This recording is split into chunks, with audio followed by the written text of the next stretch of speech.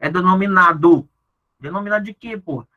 Derivado decorrente, originário material, derivado reformador, originário formal, originário limitado. Cara, sem perder muito tempo, decorrente. Falou em Constituição Estadual, né? É decorrente. O poder constituinte originário, né? Ele serve para instaurar uma nova ordem jurídica, né? Olha aí, vocês estão enxergando isso daí? Poder constituinte originário, né? Ele instaura uma nova ordem jurídica, cara, e ele tem como característica ser incondicionado, inicial, ilimitado e autônomo, né? Essas formas de pressão, ele pode surgir, cara, o poder constituinte originário criando uma nova ordem jurídica através de outorga, né? Ou Assembleia Nacional Constituinte. A nossa Constituição Federal de 88, ela foi através da Assembleia Nacional Constituinte, ela foi promulgada, né? Ela não é outorgada. E aí, cara, diferencia essas características, grava essas características aí do poder constituinte originário com o poder constituinte derivado, né? O poder constituinte derivado, ele já é o contrário, né? Ele é limitado e ele é condicionado pelo poder constituinte originário. Tranquilex, né? Tranquilex. E aí a gente precisa saber o quê? As espécies de poder constituinte derivado, que são reformador, né? A possibilidade do poder constituinte derivado modificar a obra do poder constituinte originário, ou seja, modificar o texto constitucional através de emendas à Constituição. Poder constituinte decorrente, e aí que está a resposta da questão, né? A possibilidade dos Estados-membros criarem a sua própria Constituição, lembrando que município, né? Município não tem poder constituinte decorrente, porra, né? Município não tem Constituição. O Distrito Federal, ele tem uma lei orgânica que, em alguns aspectos, olha o que eu vou falar agora, em alguns aspectos, ele pode ser considerado poder constituinte derivado ou decorrente. Em alguns aspectos. Por quê? Porque o Distrito Federal ele tem competências de município e competências de Estado, né? Ele é um ente federativo híbrido, que trata de assuntos locais e assuntos regionais ali no Distrito Federal. Ainda tem o revisor, cara, a possibilidade de fazer emendas constitucionais de revisão, mas aí já era, ele já está exaurido, já foi usado, então não vai ser usado mais, tranquilo? O que a gente tem que focar? Reformador e decorrente. O decorrente vocês já gravaram, cara. O reformador é a capacidade da administração modificar a Constituição Federal através de emendas. Tranquilo. Tranquilex essa primeira parte, né? Mas o que eu quero que vocês saibam é o seguinte, cara. Essa parte aqui já puxa o que eu quero destacar sobre esse assunto, bicho. Esse assunto, ele é tranquilo, a gente já sabe essas características gerais, mas o que eu quero destacar é poder constituinte derivado reformador, ele é limitado pelo poder constituinte originário. E aí a gente precisa saber as limitações que esse poder constituinte tem, que eu acho que é o que vai ser cobrado na prova de vocês. Como ele é limitado, ele tem algumas limitações de ordem material, ou seja, algumas matérias não podem ser modificadas, limitações de ordem, deixa eu ver o quê? Circunstanciais, né? Algumas circunstâncias não permitem que a Constituição seja alterada, e limitações materiais, circunstanciais, formais, né? Limitações formais. Para a Constituição ser modificada, tem um rito mais difícil. Limitações materiais são as cláusulas pétreas. Cláusulas pétreas, estão bem aqui, né? Olha aí, são as cláusulas pétreas, que estão lá no artigo 60, parágrafo 4º. Artigo 60, parágrafo 4º, cláusulas pétreas. Esse mnemônico aí é bacana, né? Esse daí é fácil de gravar, cara. Esse daí é velho. Peguei agora na internet para ficar gravado aí para vocês, porra, né? Forma federativa de Estado, direitos e garantias individuais, voto direto, secreto, universal e periódico, separação dos poderes, ou seja, são limitações materiais ao poder de reforma. Não pode ter uma emenda à Constituição tendente a abolir a forma federativa do Estado, os direitos e garantias individuais, o voto direto, secreto, universal e periódico, a separação dos poderes. Beleza. Limitações circunstanciais a gente já sabe. Não pode emendar a Constituição em estado de defesa, estado de sítio e intervenção federal. E limitações formais. Primeiro, os legitimados para propor emenda constitucional são mais restritos, né? Presidente da República, um terço dos deputados, um terço dos senadores e mais da metade da Assembleia Legislativa, blá, blá, blá, blá, blá, blá. Não vou repetir aqui o texto constitucional, porque não precisa, né? E o rito, todo mundo está careca de saber qual é o rito de aprovação de uma emenda constitucional. Qual é o rito? 2 turnos, 3/5 nas duas casas do Congresso Nacional. 2 turnos, 3/5 nas duas casas do Congresso Nacional. Tranquilo, tranquilex. Inclusive, fica atento a esse rito, porque ele também aprova Tratado Internacional de Direitos Humanos para ter status de emenda constitucional, né? Fica cabreiro, porque a gente vai ver lá no artigo 5º isso daí. Bora lá, segunda. Os direitos e garantias fundamentais, individuais, constituem cláusulas pétreas. A gente viu isso ainda há pouco, da Constituição da República Federativa do Brasil. Isso significa dizer que somente pode ser objeto de supressão do texto maior pelo legislador constituinte. Presta atenção. Cláusula pétrea pode ter modificação? Cláusula pétrea pode ter modificação? Sim ou não? Coloca aí. Sim ou não? Pode ter modificação? Não. Pode, cara. Pode ter modificação e pode. A modificação ela tem que ser, ela pode ser para melhor. O que não pode é ter uma emenda constitucional tendente a abolir uma cláusula pétrea. Tendente a abolir. Tendente a abolir é o que a questão está falando aqui, ó. Suprimir a cláusula pétrea. Por exemplo, o artigo 5º sofreu modificação esse ano, cara. Foi colocado lá o inciso 79, ou seja, criou-se um novo direito fundamental, né, que é a possibilidade de ter resguardado o sigilo de dados, né? Então, foi uma cláusula pétrea que foi modificada. Só que ela foi modificada para ampliar a proteção às garantias fundamentais. Agora, se viesse uma emenda constitucional, sei lá, suprimindo, por exemplo, uma garantia fundamental, seria inconstitucional, porque estaria violando o artigo 60, parágrafo 4º, que é uma limitação da matéria. Ou seja, quando a Constituição proíbe essa possibilidade de uma emenda constitucional abolir o direito de garantia fundamental, qual é o poder constituinte que pode modificar essa ordem? O derivado pode, esse derivado reformador pode fazer modificar? Não pode. Então, somente o originário, criando uma nova Constituição, é que poderia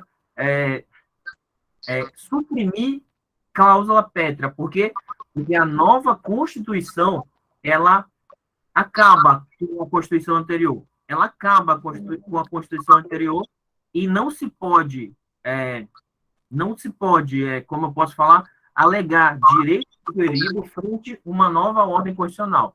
Ou seja, a nova ordem constitucional não tem limite nenhum jurídico. Ela pode fazer o que quiser, inclusive suprimir cláusula pétrea. Letra A.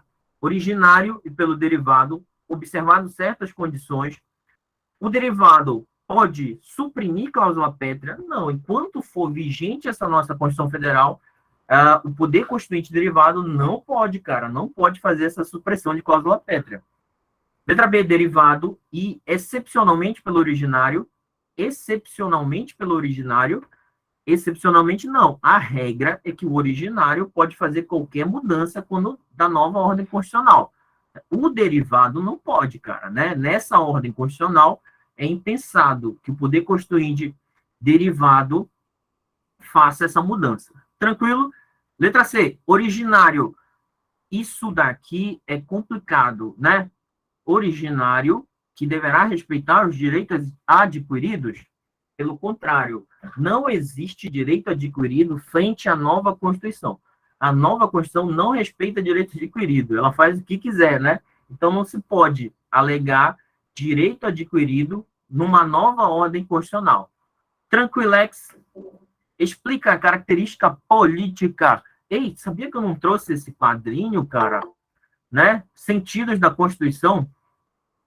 Eu acho que é isso que o Giovanni está se referindo, né?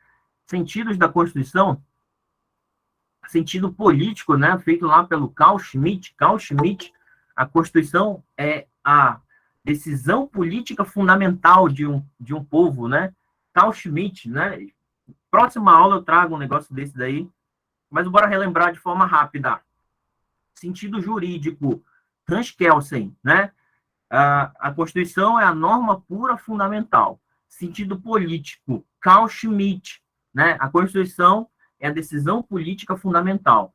E sentido sociológico, Ferdinand Lassalle. Ferdinand Lassalle diz o seguinte: a Constituição tem que ser entendida como uma somatória dos fatores reais de poder.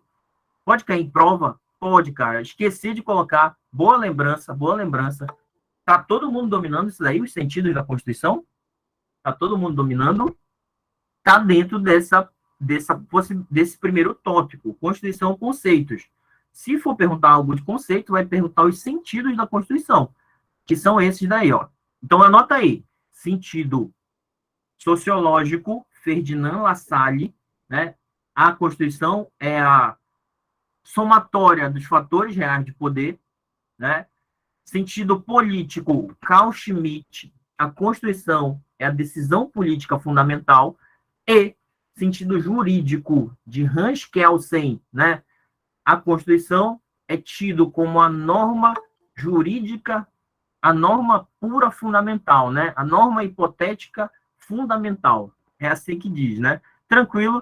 É um assunto que eu vou trazer em outra questão. Obrigado por lembrar. D, originário apenas, é isso mesmo, a letra D está correta, somente, professor, eu tenho muita dificuldade quanto às funções essenciais da justiça, a gente vai chegar lá na frente de uma questão, Salomão, já já a gente chega lá. Letra E, originário e excepcionalmente pelo derivado, pelo contrário.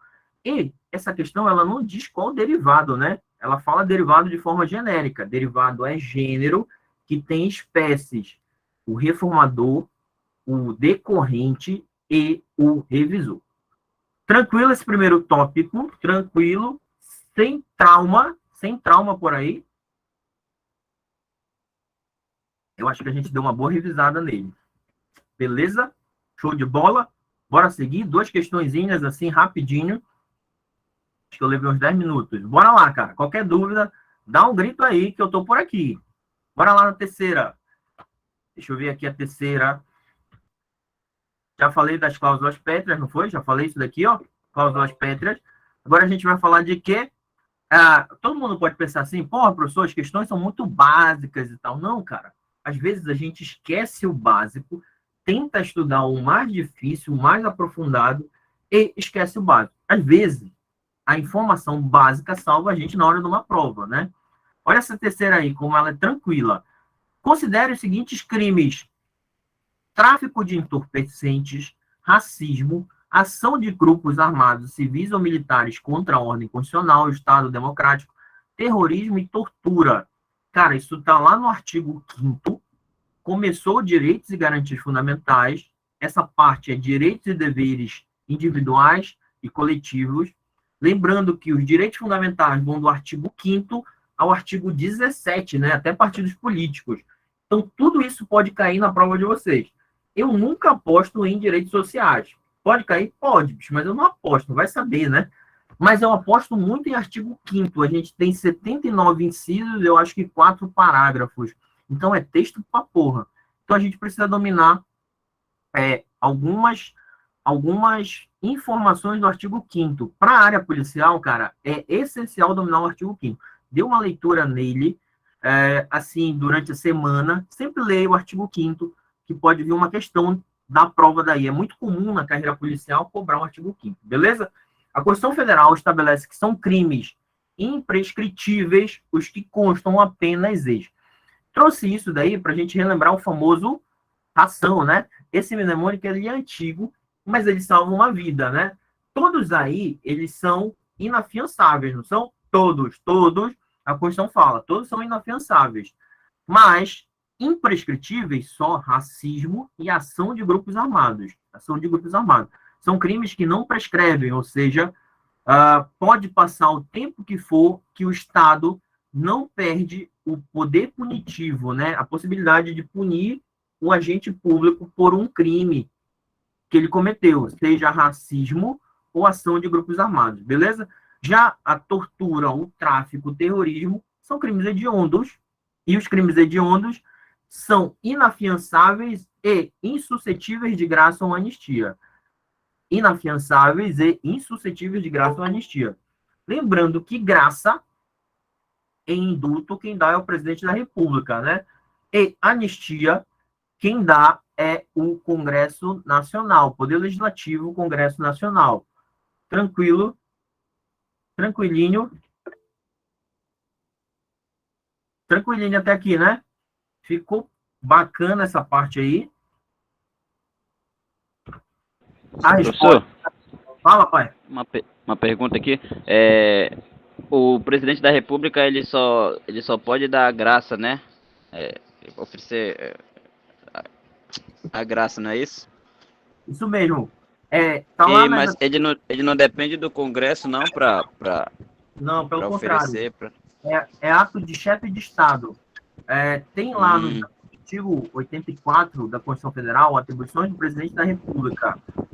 Tem lá, considere indulto e comutar penas. Considere indulto e comutar penas. Compete privativamente ao presidente da República conceder indulto e comutar penas, né? Inclusive, ele pode delegar isso para algumas pessoas. Dentro do indulto, que é um perdão coletivo da pena, a gente tem a graça, que é o perdão individual. Um dia desse, o presidente deu uma graça. Passou pelo Congresso Nacional? Não, é ato privativo do chefe de Estado. Então, ele pode dar graça para quem ele quiser.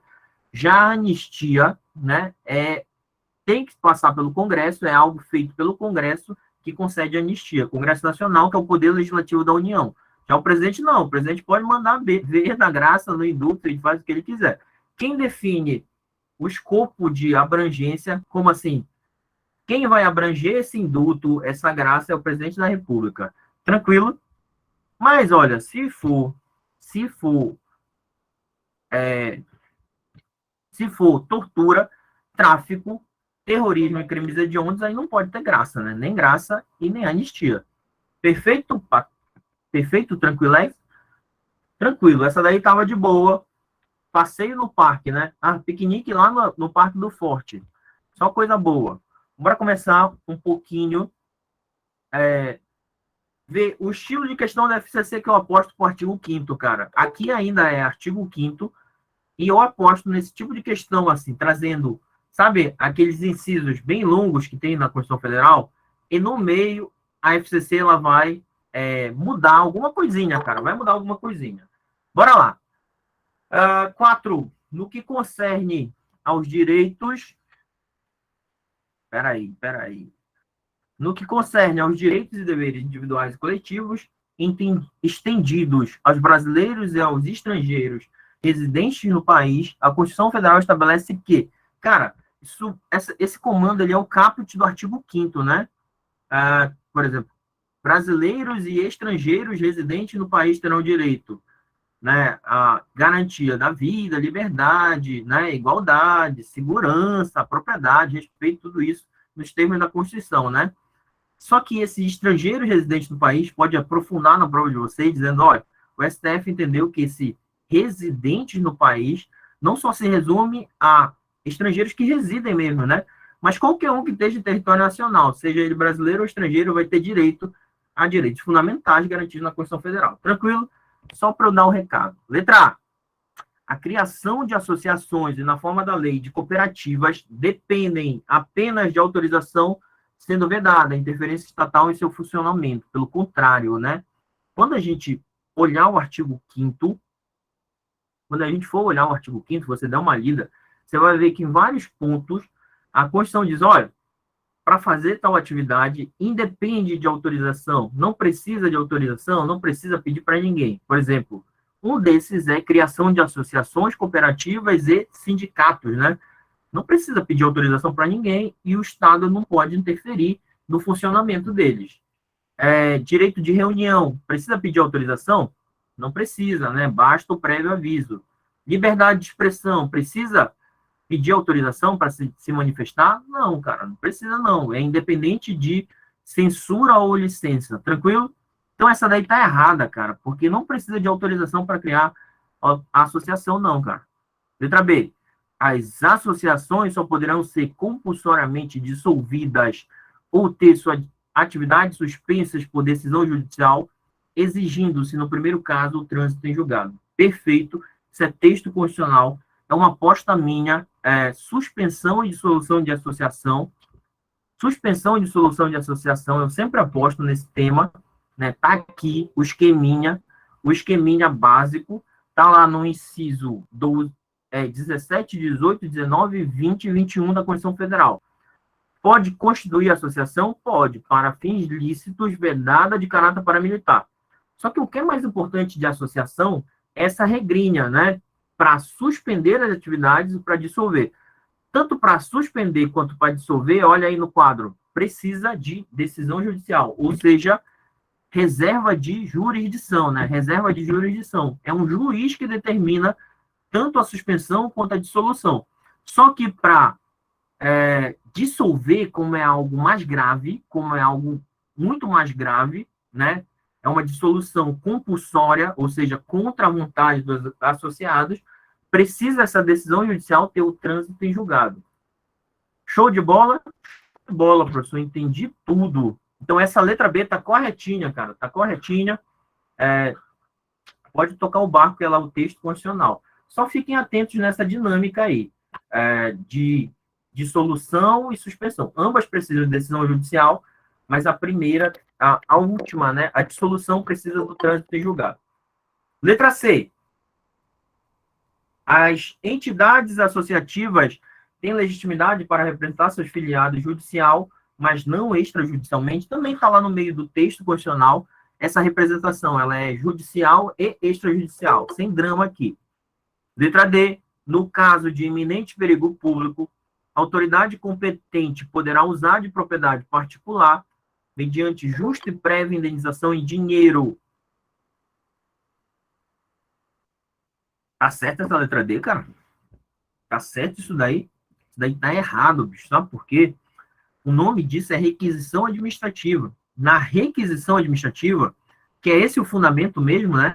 Iminente perigo público, a autoridade competente ela pode usar da propriedade particular, mas cabe indenização? Cabe somente se houver dano. Somente se houver dano. Deixa eu ver se eu trouxe um esquema aqui para vocês.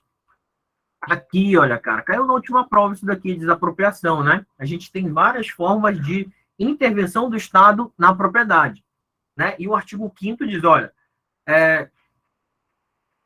a SUANE, no caso de dano, seria posterior e não prévia, certinho, né? No caso de requisição administrativa, essa da questão, a indenização, ela é posterior e se houver dano, né? Ou seja, se não houver dano, não cabe indenização, mas ela é posterior, não é prévia, né? E essa requisição administrativa, a administração usa da propriedade e devolve, é temporária, né? É muito comum em prova cair situações de problema, de enchente e tal, em que a administração precisou usar de bens, né, de materiais de um particular, e isso causou dano, e aí, como é a indenização? Geralmente, quando cai direito de propriedade, cai essa parte de indenização. Tem que saber quando é a indenização de cada um e como ela é, beleza? Requisição administrativa, ela é posterior, ela é ulterior, né? Ela é ulterior, é assim que fala a Constituição Federal, olha. Né? No caso de iminente perigo público, a autoridade competente poderá usar de propriedade particular assegurada ao proprietário indenização ulterior, posterior, se houver dano, né? Se houver dano. Já essas 3 desapropriações que vocês estão vendo na tela aí é o seguinte, essa que é chamada de ordinária é a que está no artigo 5º, né? É aquela por interesse social, necessidade ou utilidade pública, né? Quando a administração precisa da propriedade do particular por interesse social e necessidade e utilidade pública, cabe indenização? Cabe indenização? Cabe. Justa prévia em dinheiro, né? Justa prévia em dinheiro.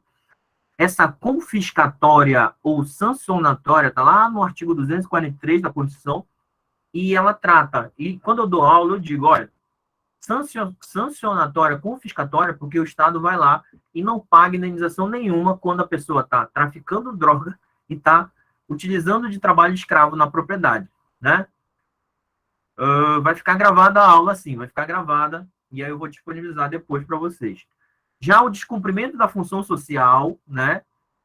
Quando uma propriedade descumpre a função social, e aí, como é a indenização? A indenização, ela é posterior em títulos da dívida pública. Posterior em títulos da dívida pública. Beleza? Esse é o panorama de desapropriação, e eu quero que vocês gravem. Na última prova caiu isso daqui, cara. Deixa eu ver. Letra E. A pequena propriedade rural, assim definida em lei, poderá ser objeto de penhora apenas para o pagamento de débitos decorrentes de sua atividade produtiva. Pelo contrário, né? Não será objeto de penhora quando esses débitos decorrerem da sua atividade produtiva. Show de bola? Show de bola. Artigo 5º. Viram só como esse tipo de questão ele é chato, né? Ele é chato, ele é detalhista, mas é assim que eu acho que a gente vai enfrentar. Letra correta da questão 4 é letra B de bucéfalo, como falava o professor Márcio Flávio. Conheceram o professor Márcio Flávio? Artigo 243 trata da expropriação, isso mesmo, expropriação. Eu sempre falo que é a desapropriação sanção, mas a expropriação o nome. O Estado vai lá e pega para ele e não dá indenização nenhuma. Ele expropria, né? Ele expropria. É isso mesmo. Ali se disse, olha, é só chamar o fiscal. Recomendo chamar o fiscal quando tiver na dúvida. Dizer, fiscal, a Ketli quer apresentar? Ei, Ketli, para com isso. Bora lá, bora seguir. Beleza, falamos da 4, requisição 5, direitos de nacionalidade, cara. Aposto numa questão de direito de nacionalidade. Bacana, direito de nacionalidade. O cicrano. Cicrano. Sacanagem, sacanagem. Filho de mãe brasileira e pai egípcio, né? Cicrano, bora ver. Bora ver o que aconteceu com o cicrano. Nascido durante o período em que seus pais eram estudantes universitários. Fale. Parou de apresentar o Pode seu falar. slide. O seu slide não está aparecendo. Parou de apresentar? Ih, rapaz. Só um momento. Tá aparecendo aqui normal. É só tu ir lá no... Aqui não tá aparecendo o slide. É só ir lá aqui. mais pessoas, apertar lá. Tá, Aqui apareceu já. dele. Tá aparecendo aí, galera? Agora sim. Tá aparecendo. Voltou. Beleza. Voltou? É espírito. É espírito que tá interferindo na nossa live. Ele diz que tem uma aula do Chama o Juan. fiscal, professor. Chama o fiscal. Tá aparecendo aí, cara? Tá aparecendo aí? Tem uma aula do Juan no mesmo horário, né? Só que o Juan, ele é mais feio do que eu. Falo que eu sou irmão dele, né? Aí, todo mundo vai falar disso. Olha, os dois irmãos estão fazendo aula no mesmo horário. Bora lá. Segue aí a quinta. Segue aí a quinta. Cicrano, filho de mãe brasileira e pai egípcio, nascido. E para com isso, Linda, a gente não é irmã, pô, mas a gente é bem parecido. Nascido durante o período em que seus pais eram estudantes universitários na França, veio após a maioridade residir no Brasil. Primeira coisa, cara, quando vocês... Olha, eu vou dar uma dica aqui de ouro. Presta atenção que vocês já estão dormindo aí, pô. Acorda logo aí. Acorda todo mundo aí, né? Presta atenção. Quando vocês forem fazer questão de nacionalidade, cara, vê logo se esse moleque, se o cicrano, ele nasceu no Brasil. O cicrano nasceu no Brasil, bicho? Nasceu ou não nasceu? Sabe por quê? Porque a regra sobre nacionalidade é que é solo, né? O Brasil adotou a regra do solo. É brasileiro nato quem nasce na República Federativa do Brasil. É assim que está escrito lá no artigo 12 da Constituição Federal. O cicrano nasceu onde, bicho? Ele nasceu na França, cara. Então, em regra, esse porra ele não é brasileiro. Ele pode ser brasileiro se ele cumprir algumas condições, já que ele nasceu em solo nacional. Quando se ele tivesse nascido aqui em Macapá, por exemplo, aí no São Camilo, nasceu no São Camilo, né? E aí, ele é brasileiro nato? Porque é território nacional, Macapá, né? Então, a regra é de que ele seja brasileiro nato. Ele só vai deixar de ser brasileiro nato se ele cumprir outra condição. Por exemplo, se os pais forem estrangeiros e estiverem a serviço do seu próprio país. Se os pais forem estrangeiros e não tiverem a serviço do seu próprio país, esse moleque é brasileiro nato. Beleza? Só que no caso, o Cicrano, ele não nasceu no território nacional, ele nasceu na França, né? O professor, ele é francês, eu sei lá, bicho, o que esse porra é, né? Ele pode ser brasileiro nato, ele pode vir a ser brasileiro nato, pode ou não pode? Pode, sabe por quê? Porque a mãe dele é brasileira, né? Ou seja, os nascidos no estrangeiro, filhos de pai ou mãe brasileira, podem se tornar brasileiro nato. Quando, três situações. Quando os pais, um dos pais, seja ele o pai brasileiro ou a mãe brasileira, estão a serviço da República Federativa do Brasil. O moleque já é brasileiro nato, não importa onde ele nasça. Ele é brasileiro nato, não precisa fazer porra nenhuma mais. Mas tem mais duas que esse moleque nascido lá na França, ele pode ser brasileiro nato. Quando, olha, presta atenção no que eu vou falar agora. Quando a mãe dele, né, a mãe dele, que é brasileira, foi lá e registrou ele numa repartição brasileira competente, brasileiro nato. Precisa fazer mais alguma coisa? Nada. Depois que registra, já era. Só que tem essa terceira situação, que é a situação da questão, né? Ele não foi registrado em repartição brasileira competente. A mãe dele não estava a serviço do Brasil, porque estava lá estudando, né? Estudante nem trabalho é. Tô brincando. Estudar dá trabalho, não dá trabalho? Dá trabalho, pô. A gente tá estudando com uma prova e dá um trabalho do caralho. Bora lá. Bora lá. E aí, deixa pra lá essa parte. Ele veio, né, e não foi registrado e a mãe não estava a serviço do Brasil, né? Então, ele ainda pode ser brasileiro nato? Pode, pô. Quando? E aí ele tem que atingir a maioridade, vir residir no Brasil e optar pela nacionalidade brasileira. Tá aparecendo esse caso. Letra A. Somente seria considerado brasileiro nato se, quando de seu nascimento, sua mãe era brasileira, estivesse no exterior a serviço da República Federativa do Brasil. Certo ou errado essa letra A? Certo ou errado? Certo ou errado, pô? Vocês estão dormindo aí. Eu tô olhando aqui as janelinhas todinhas, eu tô olhando pra cara de vocês. Alguns estão...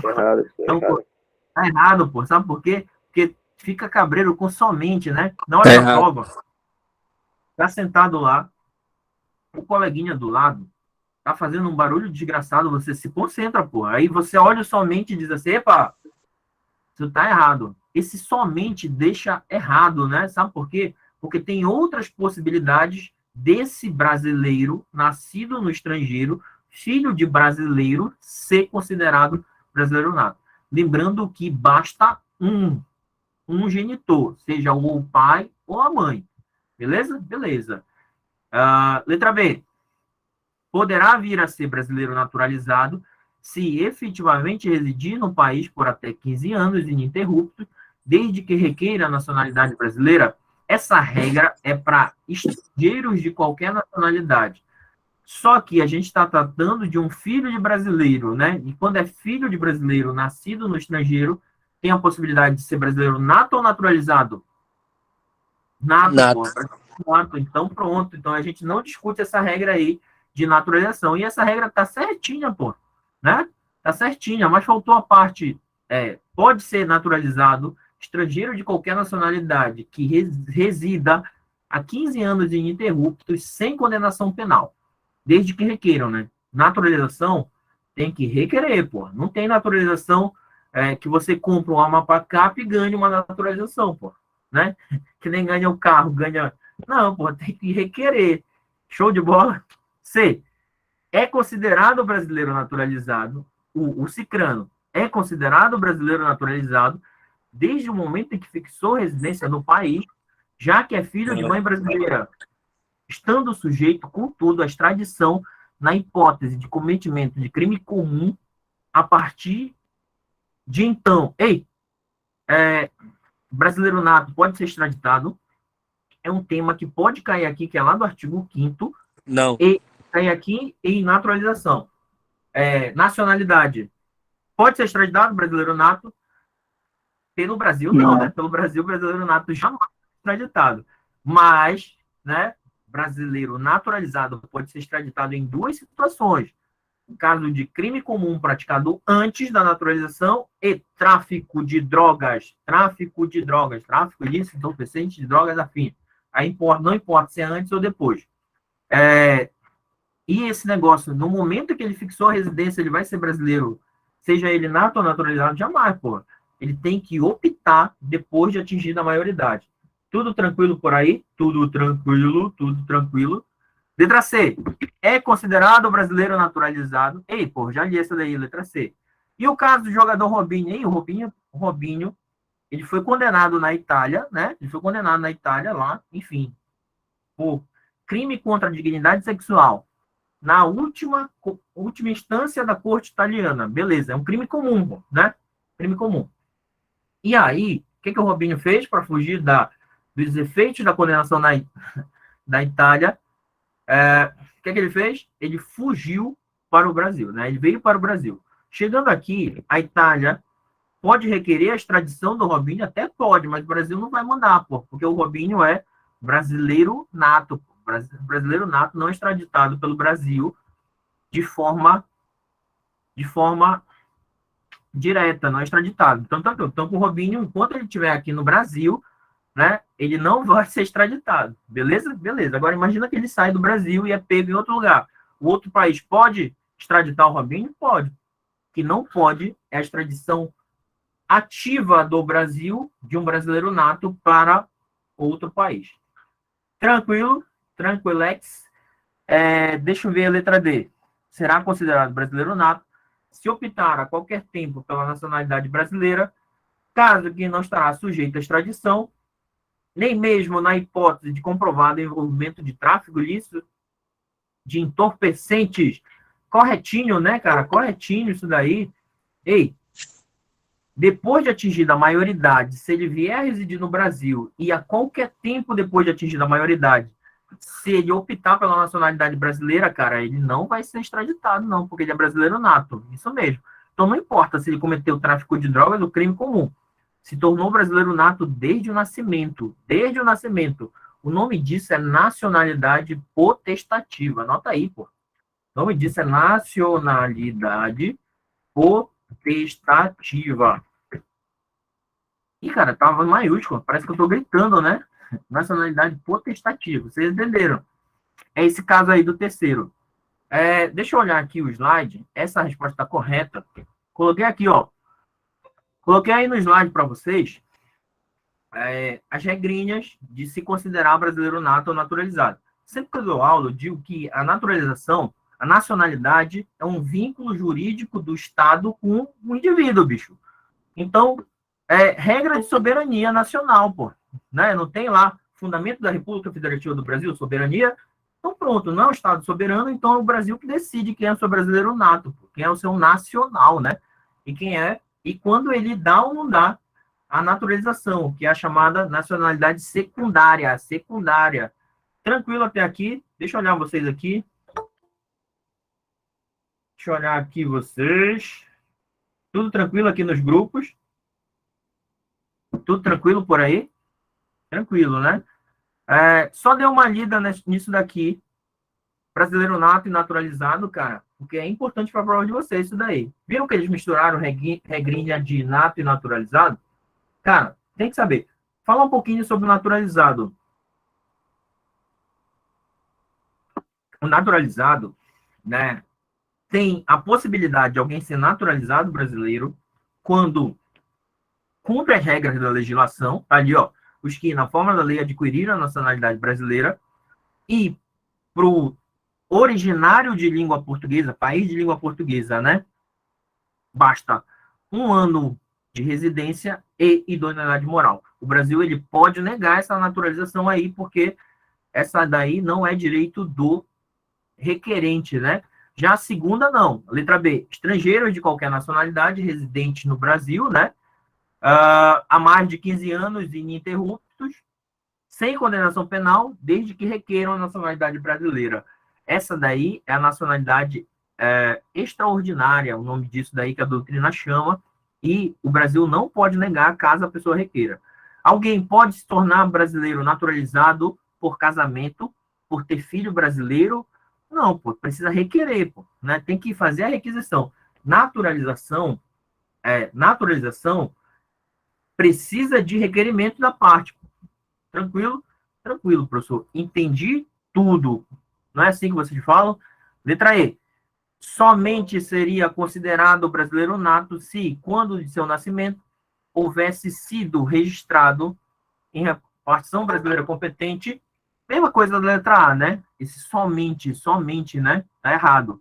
Também é uma situação que o cara vai ser brasileiro nato, né? Mas se combina com a de cima e com essa que a gente está explicando da questão. Outra coisa, para eu fechar essa parte de nacionalidade, o brasileiro, ele pode perder a sua nacionalidade. O brasileiro, tanto nato quanto naturalizado, ele pode perder a sua nacionalidade. Sim ou não? Pode ou não pode? Você, brasileiro. Não, nato não. Nato Naturalizado. não Só pode. naturalizado. Pode. O nato Os pode? dois podem perder a nacionalidade brasileira.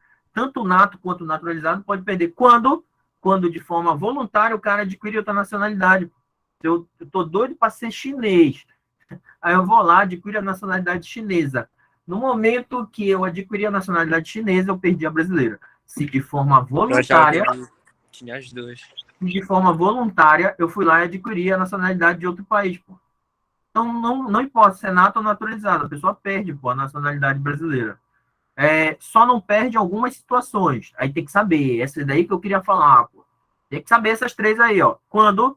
Presta atenção, quando reconhecimento da nacionalidade originária pela lei estrangeira, né? Tem uma lei estrangeira que reconhece que a pessoa é brasileira nata e, sei lá, italiano nato, espanhol nato, alguma coisa. Aí não perde. Quando é condição de permanência em território estrangeiro para exercício dos direitos civis e condição de permanência, né? Ou seja, o Estado estrangeiro obriga a pessoa a se naturalizar, adquirir outra nacionalidade para permanecer no território ou para exercício dos direitos civis. Tranquilo? Tem que saber essa parte. Dá uma lida lá no artigo 12 e artigo 13. Correta é a letra D aí, né? Letra D, corretinha. Bacana que misturou extradição e misturou nacionalidade. Sexta, direitos políticos, a gente está em ano de eleição, pode cair direito político. Fala, pai. E sobre os cargos exclusivos de brasileiros natos? Deixa eu ver se eu coloquei uma aqui. Boa, bom. Antes de eu ir para o artigo 14, vamos olhar aqui. Aqui, ó. Considere. Bora fazer a 7, já que você perguntou sobre os cargos privativos de brasileiro nato, né? Considere as seguintes situações hipotéticas. Porque aí, sempre nesse tipo de questão que pergunta cargos privativos de brasileiro nato, sempre mistura com direitos políticos, perguntando condições de elegibilidade, ou seja, as idades necessárias para se eleger para certos cargos, né? Bora lá. Considere as seguintes situações hipotéticas. Richard é inglês naturalizado brasileiro com 40 anos de idade. Moisés, brasileiro nato, com 33 anos de idade. Sara, brasileira nata, com 28 anos de idade. Rodrigo, brasileiro nato, com 20 anos de idade. Nos termos preconizados pela Constituição Federal, presentes os demais requisitos legais, poderão se candidatar ao cargo de deputado federal. Qual a idade mínima para ser deputado federal? Qual a idade 21 mínima? anos? 21 anos, né? 21 anos. Quem pode se candidatar a deputado federal? Aí, o Richard, né? Porque está cumprindo os outros requisitos e tem 40 anos. O Moisés, né? A Sara. O Rodrigo não pode ser deputado federal porque ele tem 20 anos. Ele precisa de 21, né? E Rodrigo, vereador, né? ele pode ser vereador, que é com 18. Por que a questão está falando do nada, brasileiro naturalizado e brasileiro nato? É justamente porque ela quer pegar você, sabe por quê? Com esse quadro aqui, ó. Cargos privativos de brasileiro nato, né? É necessário ser brasileiro nato para ser deputado federal? Pergunta de prova. É necessário ser brasileiro para ser deputado federal? Ou não? Não, né? Não. Não, só presidente. Só presidente da Câmara Presidente dos Deputados. Presidente da Câmara dos Deputados precisa ser brasileiro nato. O presidente da Câmara dos Deputados e do Senado, né? Porque eles estão na linha sucessória do presidente da República e do vice, que também precisam ser brasileiro nato. Aqui no slide de vocês, né? Aqui no slide de vocês tem um erro, né? Porque não é só o presidente do Supremo que precisa ser brasileiro nato, né?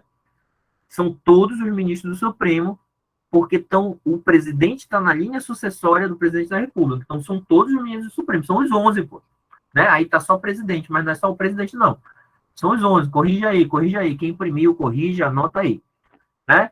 Então, é por isso que a questão está te falando a Senato naturalizado, justamente para te perguntar sobre isso. Vocês gravaram isso daqui? O famoso mp3.com? Presidente, vice-presidente, presidente da Câmara, presidente do Senado, presidente do STF, Tá gravado. membro da carreira diplomática, oficial das Forças Armadas, ministro do Estado da Defesa, porra. Não vai colocar da Relações Exteriores, da Defesa. Então, essa galera tem que ser brasileiro nato. Cargo privativo de brasileiro nato. A Constituição fala assim, olha, a lei não pode fazer diferenciação entre brasileiros, salvo nos termos desta Constituição. Uma diferenciação a gente já viu, a possibilidade do brasileiro naturalizado ser extraditado e o brasileiro nato não ser extraditado. Outra a gente está vendo agora. Esses cargos só podem ser ocupados por brasileiro nato. Cargo de deputado, como eu falei, não precisa ser brasileiro nato, pode ser naturalizado e ser deputado, mas para presidente da Câmara e do Senado precisa ser brasileiro nato. Tranquilo? Qual é a resposta daí, cara? Tá. Antes de eu dar a resposta, tem que mostrar um outro quadrinho que está na outra folha. Idade mínima para se candidatar a cargo eletivo. Né? Idade mínima. Tem lá as condições de elegibilidade no artigo 14. Tem várias, cara. Tem várias. E, ao final, diz, olha, idade mínima para ser vereador, 18. 21. Prefeito, vice-prefeito, deputados de forma geral, o federal, estadual, o juiz de paz. Juiz de paz que nem existe essa porra aí, que tem que ter eleição, mas está aí, 21 anos. 30, governador e vice-governador. E 35, presidente, vice-presidente e senador. Tranquilo? Lá no caso, estava perguntando de deputado federal. Só que um desgraçado lá, qual era o nome do Rodrigo? Tem algum Rodrigo aí? Eu chamei de desgraçado. O Rodrigo, cara, ele tinha 20 anos, então ele não pode ser deputado, pô. Né? Quem tem 20 anos aí na live? Tem uma galera que tem 20 anos, né? E, cara, com 20 anos, eu sempre falo isso, que eu tava pensando em outra coisa, não em fazer concurso. Fui me espertar com 23, 22, 23, né? 23 anos, né? Eu faço concurso há 10 anos já, cara. Tô com 32. Olha aí a galera de 20 anos. Não pode ser deputado ainda. A Larissa pode, 24. Bora lá. Resposta aí, cara. Letra D, né? Richard, Moisés e Sara podem ser deputado federal. Trouxe essa questão só para a gente dar uma relembrada nesses temas aí, cara. Esses temas aí estão na moda e são muito cobrados. São muito cobrados essas regrinhas aí de idade e cargos privativos de brasileiro nato. 30, o Felipe. Ei, Felipe, tá na ilharga, bicho. Mais um pouquinho não dá. Só dá para oficial. Ei, Rodrigo, 31, mas escreveu quando tinha 30. O importante é isso. Bora lá. Deixa eu voltar aqui. Sexta. Tranquilo. Bora na sexta. Direito político, rapidinho. Jardim. Cada nome que a FCC inventa. É prefeito do município ZA. Prefeito de Macapá. Pretende se candidatar para o cargo de governador do estado de Goiás para a próxima eleição. Neste caso, de acordo com a Constituição Federal, o que o Jardim tem que fazer, cara, para ser candidato? Ele é prefeito. O que ele precisa fazer para ser candidato? Ele precisa renunciar ao respectivo mandato de prefeito até 6 meses antes. É isso que diz a Constituição. O chefe do poder executivo, seja ele presidente, governador ou prefeito, no caso é prefeito, se ele quiser concorrer a outro cargo que não seja aquele que ele ocupa, né? ele tem que renunciar 6 meses antes do pleito. Letra A. Isso aconteceu muito agora, nesse ano, né? Alguns governadores queriam se candidatar a presidente, senador e tal, e tiveram que renunciar 6 meses antes. Só que, fica atento, governador em primeiro mandato, governador, presidente e prefeito em primeiro mandato, que vai concorrer à reeleição, ou seja, o mesmo cargo, não precisa renunciar não, cara. Ele fica no cargo e ele vai lá e concorre normalmente. Já se ele vai concorrer a outro cargo, no caso da questão, ele era prefeito e queria concorrer a governador. Então, ele tem que renunciar ao cargo de prefeito 6 meses antes. Essa é a data. Letra A está correto, né? E é renúncia mesmo, pô, né? E aí, as outras alternativas vão só confundindo vocês com 9 meses, 12 meses. Não poderá candidatar-se a governador por expressa vedação constitucional, independentemente de renúncia, não. Se ele renunciar, ele pode concorrer como governador. Letra E, só poderá candidatar se houver concordância do TSE, nada a ver, não tem isso daí na Constituição, não. Beleza? Esse tipo de questão está lá no artigo 14, olha aí, artigo 14, presidente da República, os governadores de Estado, Distrito Federal, os prefeitos, ou quem houver sucedido ou substituído no curso de um mandato, poderão ser eleitos para um único período subsequente, né? Se eu estou em primeiro mandato como chefe do executivo, eu só posso me reeleger para um mandato subsequente. Essa regra ela não vale para deputado e senador, pô. Não vale para parlamentar. Parlamentar pode se reeleger quantas vezes quiser, né? Quantas vezes ele quiser. Já o chefe do executivo é só uma, pô. Subsequente. Mas aí, deu um intervalo de 4 anos, ele pode vir de novo? Pode. Sexta não, parágrafo 6º. Para concorrer a outros cargos, o presidente da República, os governadores do Estado, o DF e os prefeitos devem renunciar aos respectivos mandatos até 6 meses antes do pleito. É isso mesmo, galera. Assim, fica atento a essa porra aí, que é ano de eleição e o negócio tá fervendo. O negócio tá fervendo. Então pode cair na prova isso daí. Tranquilinho nessa regra. Questão bônus, bicho. Me pediram isso daqui e eu trouxe uma questão bônus. Já tinha feito material e aí eu coloquei essa questão aí, questão bônus. Eu já tinha nomeado. Já tinha nomeado as questões, aí eu coloquei aí, bônus. O nome disso é inelegibilidade reflexa.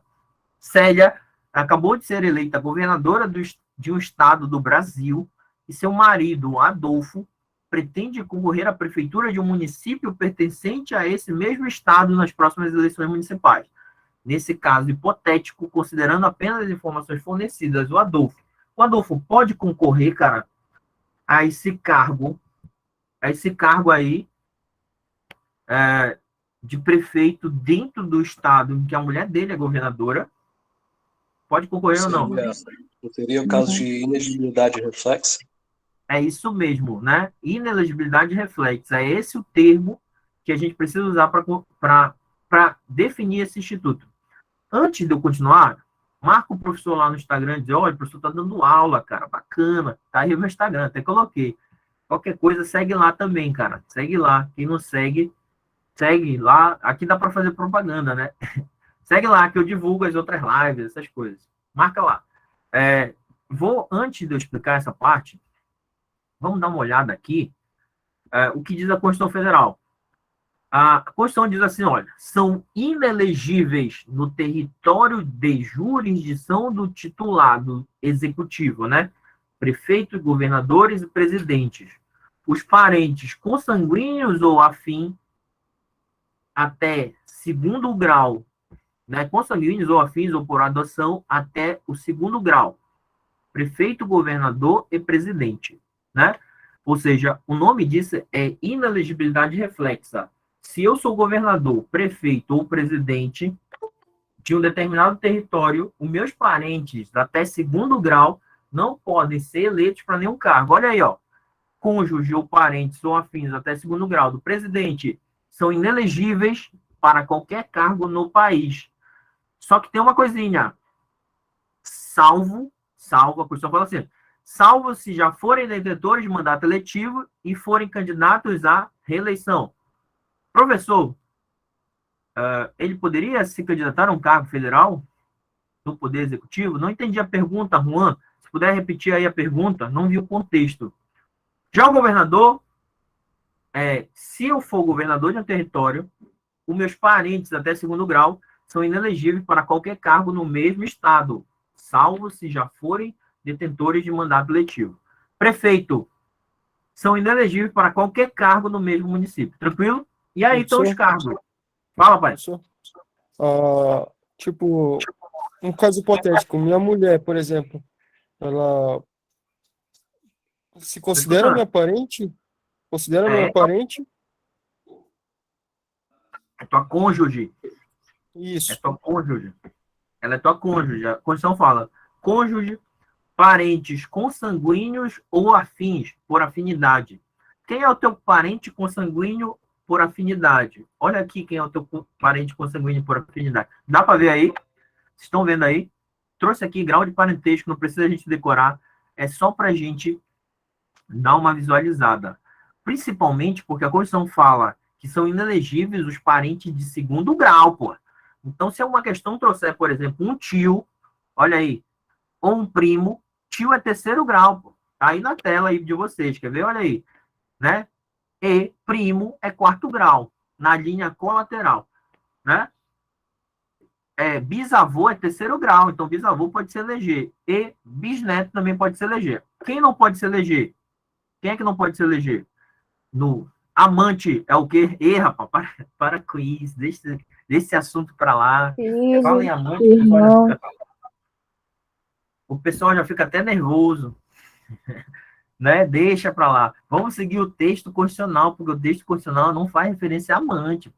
Se fizer referência a amante, tu chama o fiscal na hora de dizer, fiscal, não tem aqui, como é? Para com esse negócio. Ei, presta atenção. Presta atenção, quando duas pessoas casam, uma substitui a outra dentro da família. Então, por exemplo, você estava falando da minha esposa, você é casado, olha aí, ó. Dentro da família da sua esposa é seu parente, olha aí, esse carinha de bigode. A esposa dele, dentro da família dela, é parente de primeiro grau, os pais dela, é parente de segundo grau, o irmão dela, né? E tranquilo, e é parente de terceiro grau, segundo grau, os avós dela. Ficou claro isso? Ficou claro? O que eu quero fazer com esse quadrinho aí?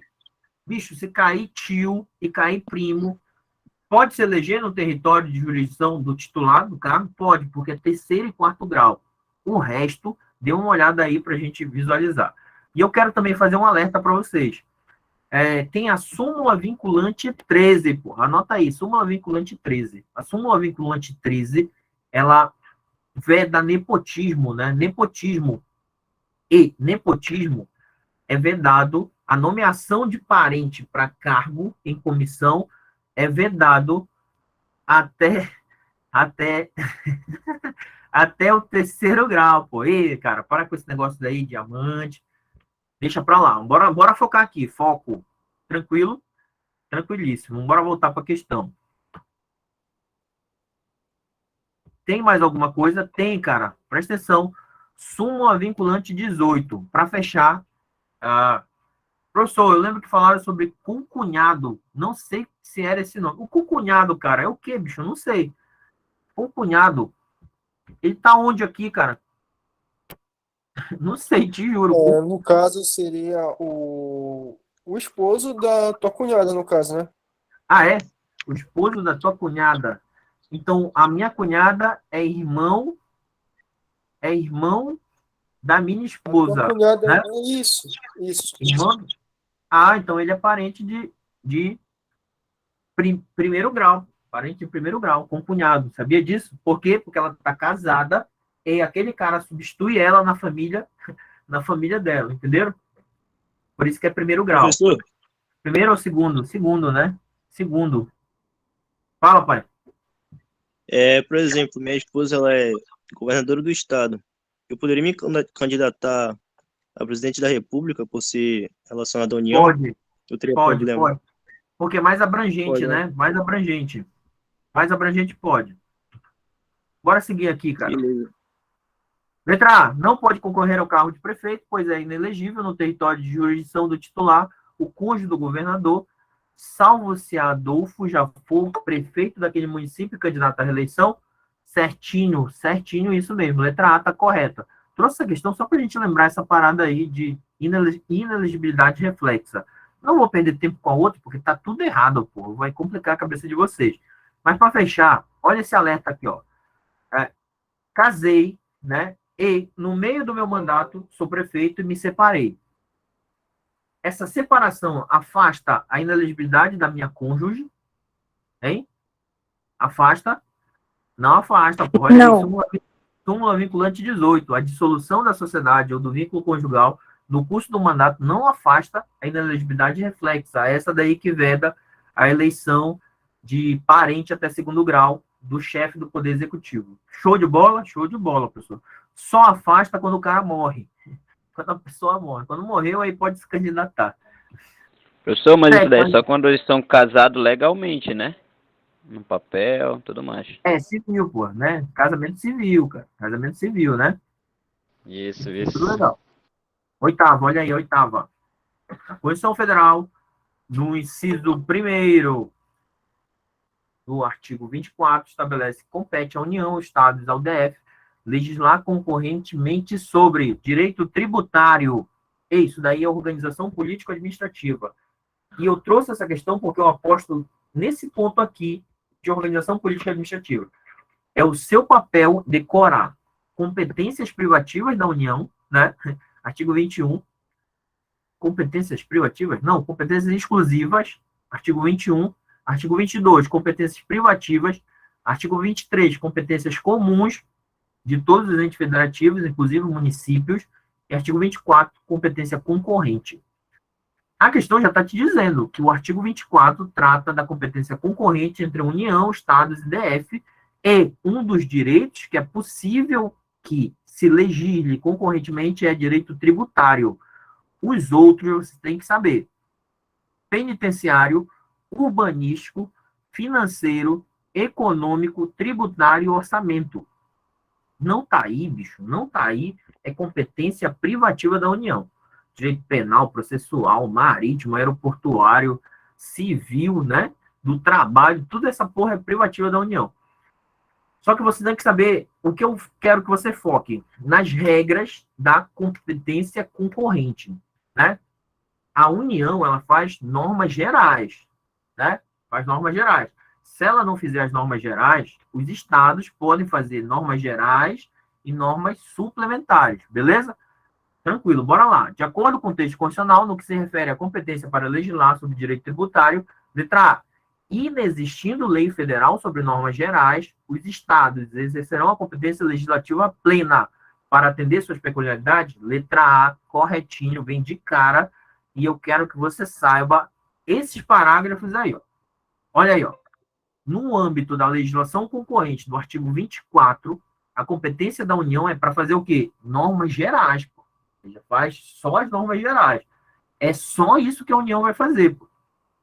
A competência da União para legislar sobre normas gerais não exclui a competência suplementar dos estados, ou seja, a União fez as normas gerais, isso não tira dos estados a competência de suplementar a legislação federal, né? Esse ponto terceiro, esse parágrafo terceiro e principalmente o parágrafo 4º é o que eu aposto na prova de vocês. Olha aí. Inexistindo lei federal sobre normas gerais, os estados exercerão competência legislativa plena para atender suas peculiaridades. Beleza. A União não fez normas gerais, o estado vai lá e legisla de forma plena para atender suas peculiaridades sobre direito penitenciário, urbanístico, financeiro, orçamento, blá, blá, blá. Só que o ponto 4, eu até coloquei de amarelo aí, ó. A superveniência de lei federal sobre normas gerais suspende, bicho. Você viu essa porra aí? Tá escrito suspende. Tá escrito revoga. Tá escrito revoga aí. Tá escrito acaba com a lei estadual. Não, pô, é suspende a lei estadual no que for contrário. Suspende, cara. Olha aí. É isso mesmo, é a letra A. Por que a letra B tá errada? Letra B. O Estado não tem competência para legislar sobre normas gerais? Tem sim, pô. Se a União não fez as normas gerais, surge para o Estado a competência para legislar sobre normas gerais e normas suplementares. Ou seja, a competência legislativa plena, né? Letra C. No âmbito da legislação concorrente, a competência da União, desde que exercida por meio de lei complementar, não se limitará a estabelecer normas gerais. Uai, É só isso que a União faz, cara. Estabelece normas gerais. Está errada. Letra D. A superveniência de lei federal sobre normas gerais suspende a eficácia de todos os dispositivos da lei estadual, retroagindo seus efeitos à data da publicação da referida lei estadual. Pelo contrário, não é todos os dispositivos, não. É só naquilo que for contrário. Só naquilo que for contrário. Letra E. A competência da União para legislar sobre normas gerais limita-se à matéria relacionada com taxas federais. Que porra é essa? Isso daqui é invenção já, porra, né? Taxas federais, contribuições gerais, empréstimo. Não, isso daí é invenção já. Isso daí não está no texto constitucional. Beleza? Feito um alerta aí para vocês sobre organização político-administrativa, artigo 18 ou artigo 34, pô. Olha aí.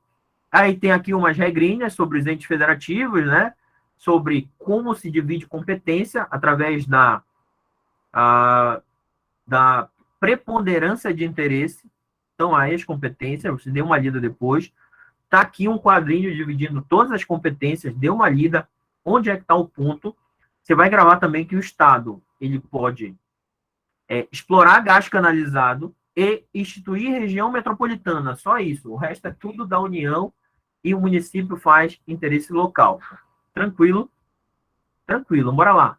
Administração pública. Rapidinho, essa daqui, porque essa daqui é fácil. A estabilidade é um direito de servidores públicos garantido na Constituição Federal. O objetivo é evitar que sejam demitidos sempre que o novo governante é eleito, protegê-lo de represálias em casos que afetam interesses e garantir que a máquina do Estado funcione de maneira constante. Os servidores que já adquiriram estabilidade. Estabilidade é adquirida após quanto tempo de efetivo exercício, cara? Tamanha meia-noite 14. O professor está perguntando qual é o período de estabilidade. Quanto tempo, cara? 3 anos, né? 3 anos de efetivo exercício, né? 3 anos.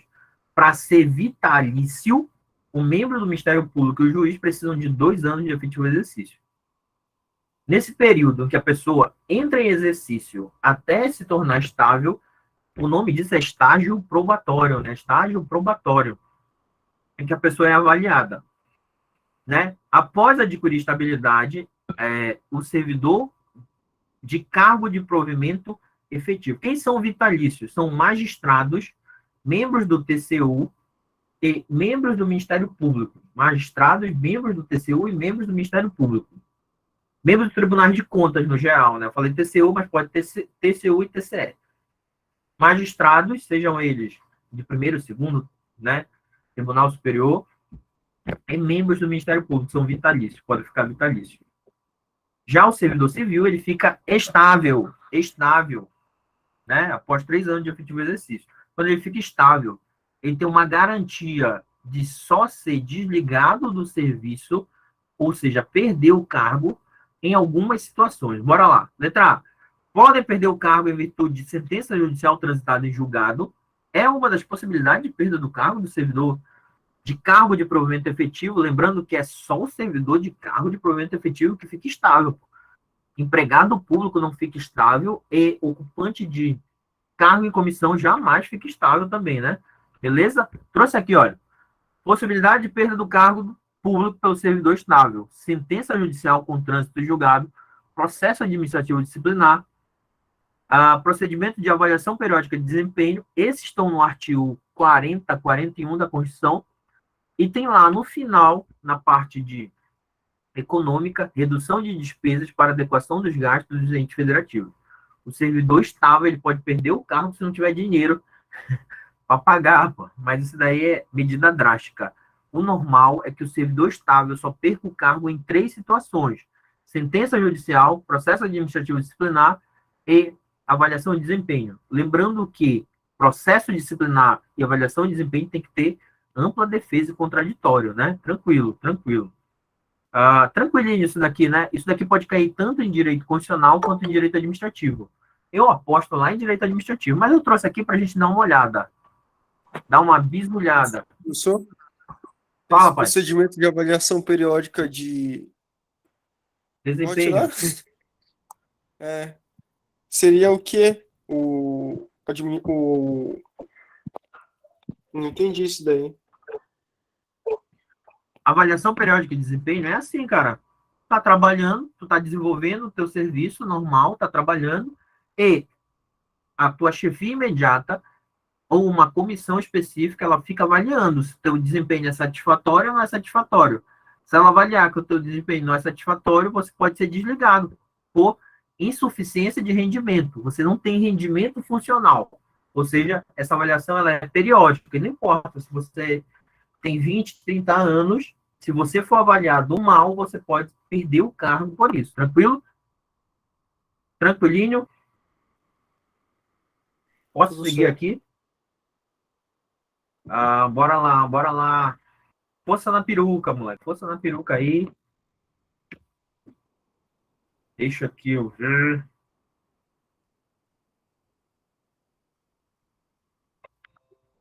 Pera aí que travou o meu computador aqui, rapaz. Destravou. De você está travando aí também. 10. Competências do Poder Judiciário. Cara, competências do Poder Judiciário, essa questão aqui, ela é batida. Princípio da eficiência do Vinícius Machado, isso mesmo. Isso mesmo, o cara não tá rendendo, pô, tá só ganhando, pode ser demitido. Princípio da eficiência, né? Ou seja, ele não tem rendimento funcional. 10ª, cara, essa daqui, ela é batida, eu acho que vocês já resolveram por aí, em algum outro canto, né? Mas, na última prova, caiu competência do STF, e eu trouxe essa pra gente gravar algumas competências do STJ e do STF, pelo menos para tentar desenrolar uma questão caso caia, né? De acordo com a Constituição Federal de 88, a homologação de sentença estrangeira, a extradição solicitada por Estado estrangeiro e a concessão de exequatur às cartas regulatórias serão processadas e julgadas originalmente por, primeiro, homologação de sentença estrangeira, cara, você tem que saber que é papel do STJ. Tem que saber isso daí, cara. Tem que saber. Não pode ir dormir hoje sem dizer, porra, é competência do STJ, cara. Homologação de sentença estrangeira. Já foi do STF, agora é do STJ. Extradição solicitada por Estado estrangeiro. Competência de quem? Competência do STF. Inclusive, eu trago aqui algumas competências originárias do STF. Olha aí, ó. Cabe ao STF julgar ADI, ADC, né? ADI e ADC, ação direta de inconstitucionalidade, ação direta de ação declaratória de constitucionalidade, conflito federativo, extradição, reclamação contra os seus julgados, né? Não estão cumprindo seus julgados, a reclamação é algo que envolve toda a magistratura, né? Quando envolve todos os membros do Poder Judiciário, ou a maioria, quem julga é o STF. Conflito de competência entre tribunais superiores, né? Tribunais superiores, e as causas do CNJ e CNMP. Tranquilo? E quando o Estado estrangeiro, ele está fazendo o quê? Está litigando com a União, com o Estado ou com o Distrito Federal. Competência do STF, tem milhares, cara. Mas eu destaco a extradição. A extradição, ela é... Já o STJ tem algumas competências, pô. Por exemplo, você tem que saber que o STJ é que julga o governador por crime comum, né? Crime comum. E faz a homologação de sentença estrangeira e faz também isso que está bem aí, cara, na questão concessão de exequatur. Correta aí é a letra D, né? Letra D. Professor, é provável cair ADC e ADI? Não, pô. Não é provável, não. Não vai cair ADC e ADI, pode ter certeza. O que vai cair é essa embaralhada de competência de cada um. Mas a gente sabe que quem julga ação direta de inconstitucionalidade e ação declaratória de constitucionalidade é quem? É o STF. Show de bola? Show de bola.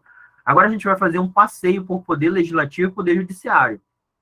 Aqui tem um quadrinho para vocês sobre competência. Por exemplo, o STF ele julga em forma de recurso quando há um conflito entre a Constituição Federal. Pode perceber, o STF sempre é com Constituição Federal e lei local ou ato de governo local. Já o STJ julga o conflito entre lei federal e ato de governo local, e o STF julga lei federal com lei local. Tranquilo, dê uma olhada depois nisso daí, né? A gente não vai perder tempo aqui. Bora lá. Perguntaram do Ministério Público. Trouxe uma questão só para a gente saber os conceitos e eu falar alguma coisinha aqui sobre o Ministério Público. Eu aposto numa questão de funções essenciais da Justiça, sabia? Eu aposto e eu acho que vem. Bora lá. de acordo com a Constituição Federal, o Ministério Público. Letra A. É instituição permanente? É. O Ministério Público é instituição permanente, com os seguintes princípios institucionais: unidade, indivisibilidade e independência funcional. É isso mesmo. Inclusive, esses princípios institucionais são os mesmos da Defensoria Pública. Então, cuidado, são os mesmos da Defensoria Pública. Então, é isso. O Ministério Público é instituição permanente, esses são os princípios institucionais. Pode vir em prova alguma coisa como divisibilidade, né? Enfim, que tornaria errado. Letra B. Possui autonomia funcional, não havendo autonomia administrativa, pelo contrário. Tanto o Ministério Público quanto a Defensoria Pública possuem autonomia funcional e administrativa. E cada um pode fazer o quê? Pode fazer a sua proposta orçamentária. Letra C. Possui autonomia funcional, não havendo autonomia administrativa, em razão da sua subordinação ao Poder Judiciário. O Ministério Público e a Defensoria Pública não são subordinados a nenhum poder, nem ao Poder Judiciário, nem ao Poder Executivo, nem ao Poder Legislativo.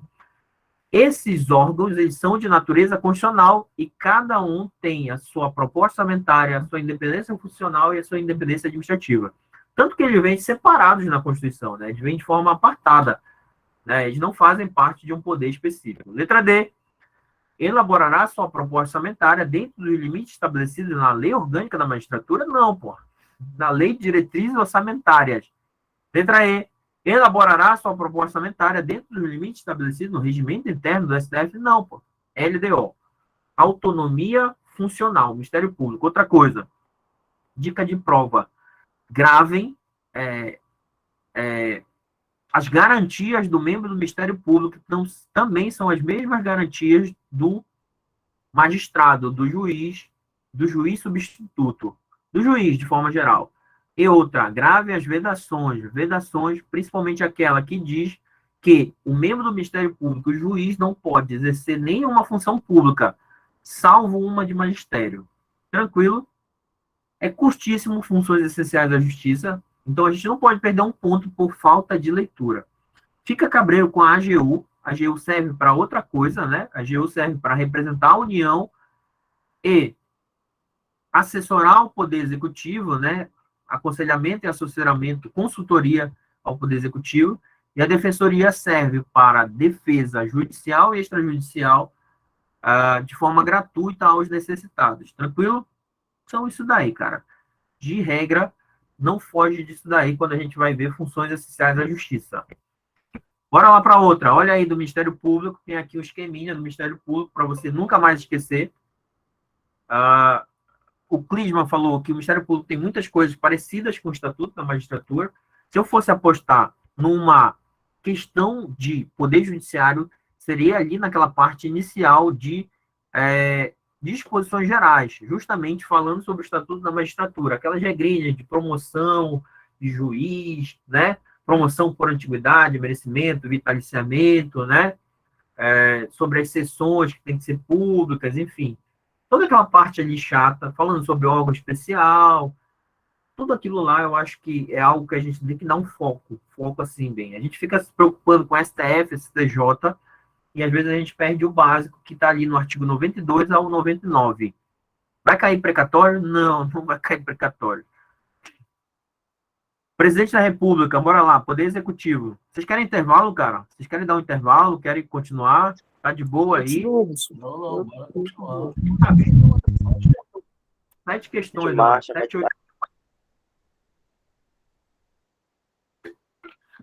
Bora lá, terminar até 1h da manhã. Sobre a responsabilidade do presidente da República, é correto afirmar. Cara, essa parte de responsabilidade do presidente, e até amanhã não, cara, até amanhã tem trabalho 7h30. Admitida a acusação por 2/3 da Câmara dos Deputados, será o presidente da República submetido a julgamento perante o STF nas infrações penais comuns ou perante o Senado Federal nos crimes de responsabilidade? É isso mesmo, cara. Sem discussão aqui. A gente tem que saber quem julga o presidente da República por crime. Pode ser um crime comum ou crime de responsabilidade. Crime de responsabilidade, quem julga? Senado Federal. É o Senado que julga pessoas. É o Senado que julga pessoas em crime de responsabilidade. E é o STF que julga o presidente. Na verdade, eu estou falando do presidente nas infrações penais comuns. Quem admite a acusação contra o presidente da Câmara dos Deputados por 3/5 dos votos. Deixa eu pegar aqui para vocês. Isso daqui, ó. Estou colocando na tela. Atribuições da Câmara. Todo mundo, assim, tem uma certa dificuldade. Sabe em quê, cara? Em decorar as atribuições da Câmara, do Senado e do Congresso, né? Porque são muitas. Só que a gente não precisa ter dificuldade. Eu sempre recomendo, grava essas duas daqui da Câmara, né? Autorizar por 2/3 de seus membros a instauração de processo contra o presidente, o vice-presidente da República e ministro do Estado. Ou seja, quando vai se instaurar um processo contra o presidente por crime comum ou crime de responsabilidade, tem o chamado juízo de admissibilidade pela Câmara dos Deputados. Juízo de admissibilidade. Beleza? E compete à Câmara proceder à tomada de contas do presidente da República quando não apresentadas ao Congresso Nacional 60 dias. Grava isso. O presidente da República não apresentou as contas do ano anterior. Quem vai lá buscar as contas é a Câmara dos Deputados. Cara, caiu qualquer coisa relacionada a isso daqui, Câmara. Já marca Câmara. Porque vai dizer que é do Senado, que é do Congresso Nacional, blá, blá, blá. Beleza? Depois a gente vai ver aqui essas competências. A letra A está correta. A Câmara faz isso. E quem julga o presidente por crime de responsabilidade é o Senado. E crime comum, o STF. Show de bola? Show de bola. Letra B. Admitida a acusação por maioria... admitida a acusação por maioria absoluta do Congresso Nacional, não, é pela Câmara. Lembra que eu falei? Pela Câmara, não é pelo Congresso, não. C. O presidente da República ficará suspenso de suas funções em caso de apuração de crime de responsabilidade após a instauração do processo pelo Congresso. Quem instaura o processo por crime de responsabilidade é o Senado Federal. Tá errado isso daí. Letra D. O presidente da República ficará suspenso de suas funções em caso de apuração de infrações penais comuns, assim que recebida a acusação pelo Senado. Se é crime comum, o presidente ele vai ficar suspenso quando recebida a acusação pelo STF, recebida a denúncia pelo STF. O presidente ele pode ficar suspenso de suas funções? Pode, em caso de recebimento da denúncia pelo STF e instauração do processo no Senado por crime de responsabilidade. Letra E. A Constituição Federal elenca os tipos de crime de responsabilidade do presidente da República em seu texto, dispondo ainda sobre as penas. Aí, não. A Constituição fala, lei complementar vai dispor sobre os crimes de responsabilidade e as normas de processo. Tranquilo, tranquilex. Olha aí. Agora a gente vai entrar no submundo. Sabe o submundo? Aquele que o pessoal diz que tem aí em Macapá? Esse é o submundo da Constituição Federal, cara. É a treva definir competências do Congresso, do Senado e da Câmara. Só que da Câmara, cara, eu já falei para você gravar aqueles dois. E a gente vai gravar algumas do Senado e o resto a gente desenrola. Beleza? Beleza, olha aí. Considere os seguintes atos. 1. Aprovar previamente por voto secreto, após a reunião pública, a escolha de ministros do Tribunal de Contas indicados pelo presidente. De quem é, cara, essa responsabilidade? Quem é que aprova pessoas? Quem é que aprova autoridades? Quem é que aprova autoridade? Isso é papel do Senado. É o Senado Federal que aprova. A gente vai ver aqui, tem algumas competências, estão pequenininhas, cara. Mas o Senado, ele julga pessoas e aprova autoridades. A Constituição Federal elenca uma série de autoridades serão aprovadas pelo Senado Federal. Ministro do STF, ministro do Tribunal Superior, diretores do Banco Central, ministro do Tribunal de Contas da União, indicados pelo presidente, enfim. Vocês entenderam, né? O Senado aprova pessoas, o Senado desaprova pessoas, o Senado julga pessoas por crime de responsabilidade. 2. Autorizar por 2/3 de seus membros a instauração de um processo contra presidente e vice-presidente da República e os ministros de Estado. Quem é que autoriza? Quem é que dá o juízo de admissibilidade? Juízo de admissibilidade. Câmara. É a Câmara Federal, né? Que a gente acabou de ver agora, bem aqui, ó. Olha aí, ó. Autorizar por 2/3 de seus membros a instauração de processo. Câmara. 3. Proceder à tomada de contas. tomada de contas, Câmara. Olha aí, ó, proceder à tomada de contas. Falei, grava esses dois. Bora ver o que a pergunta vai dizer. 4. Fixar por proposta do presidente da República limites globais do montante, blá, blá, blá. Beleza. De acordo com a Constituição Federal, compete privativamente à Câmara dos Deputados os atos indicados apenas em 2 e 3, porque você decorou 2 e 3, não é? O primeiro, aprovar autoridades, é Senado. E esse último é de quem? Esse último é do Senado também, cara. É do Senado. O Senado, ele trata de crédito, ele trata de dívida, ele trata de empréstimo, né?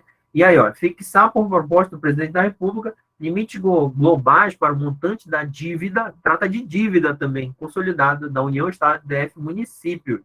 Beleza? Resposta a letra A, né? 2 e 3, letra A, 2 e 3. Sabe por quê? Eu trouxe essa questão para você gravar as competências da Câmara. Grava as competências da Câmara, que o resto, ou você pergunta para o fiscal, ou você leva uma cola, ou você grava o resto. Mas grava da Câmara, grava do Senado, que o Senado aprova pessoas, o Senado desaprova pessoas, o Senado julga o presidente por crime de responsabilidade, e o Senado faz outra coisa. Ele avalia o sistema tributário nacional. Gravou isso, o resto é Congresso. Tem aí, olha, competências do Congresso, cara. Tem um monte. Dá uma lida depois, antes da prova. Dá uma olhadinha nisso daí. Tem um monte aí, artigo 49. Essas competências, elas não precisam da aprovação do presidente da República. Elas são feitas mediante decreto legislativo. Tem as competências do Senado Federal e tem algumas informações sobre o Senado, né? Sobre os senadores, né? E aí tá lá no artigo 52, as competências. E aí, Câmara, cara, grava essa da Câmara, beleza? Olha 14. Considere abaixo as atribuições do Poder Legislativo Federal. Primeira, autorizar operações externas de natureza financeira de interesse da União, dos Estados, DF, território e município. Cara, falou em operação de natureza financeira, finanças, dívida, crédito, essa autorização, isso é papel do Senado. É o Senado Federal que faz essa avaliação de dívida, montante da dívida consolidada, operações externas de natureza financeira, o famoso empréstimo, é o Senado Federal. 2. Escolher 2/3 dos membros do Tribunal de Contas da União. Presta atenção. São 9 os membros do Tribunal de Contas. 1/3 é escolhido pelo presidente e 2/3 são escolhidos pelo Congresso Nacional. Congresso Nacional. Não sei se tem aqui. Olha aqui, ó. Escolher 2/3 dos membros do Tribunal de Contas da União. É papel do Congresso Nacional. Tá aí no slide. Tá aí no meio dessas atribuições do Congresso. 3. Transferência temporária da sede do Congresso Nacional. Cara, se é sede do Congresso Nacional, de quem é a responsabilidade? De quem é a responsabilidade? A responsabilidade é do Congresso, porra, né? 4. Avaliar periodicamente o funcionamento do sistema tributário nacional. Opa, lembra que eu falei? Isso é papel do Senado. Aí, bicho, grava isso daí, que é o Senado que faz. Bora ver qual é a pergunta. São competências privativas do Senado Federal, o que consta apenas em 1 e 4, né? 1 e 4. Autorizar operações externas de natureza financeira e avaliar o STN. STN. Aqui, dá uma olhada nisso daqui, dá uma lida no artigo 52. Bora seguir, bora seguir. 15. Essa daqui. Na hipótese de um contrato da União, o ato de sustação, segundo dispõe a Constituição Federal, é adotado diretamente por... Quem é que susta contratos? Quem é que susta contratos? Hein? Fala aí para mim, quem é que susta contratos?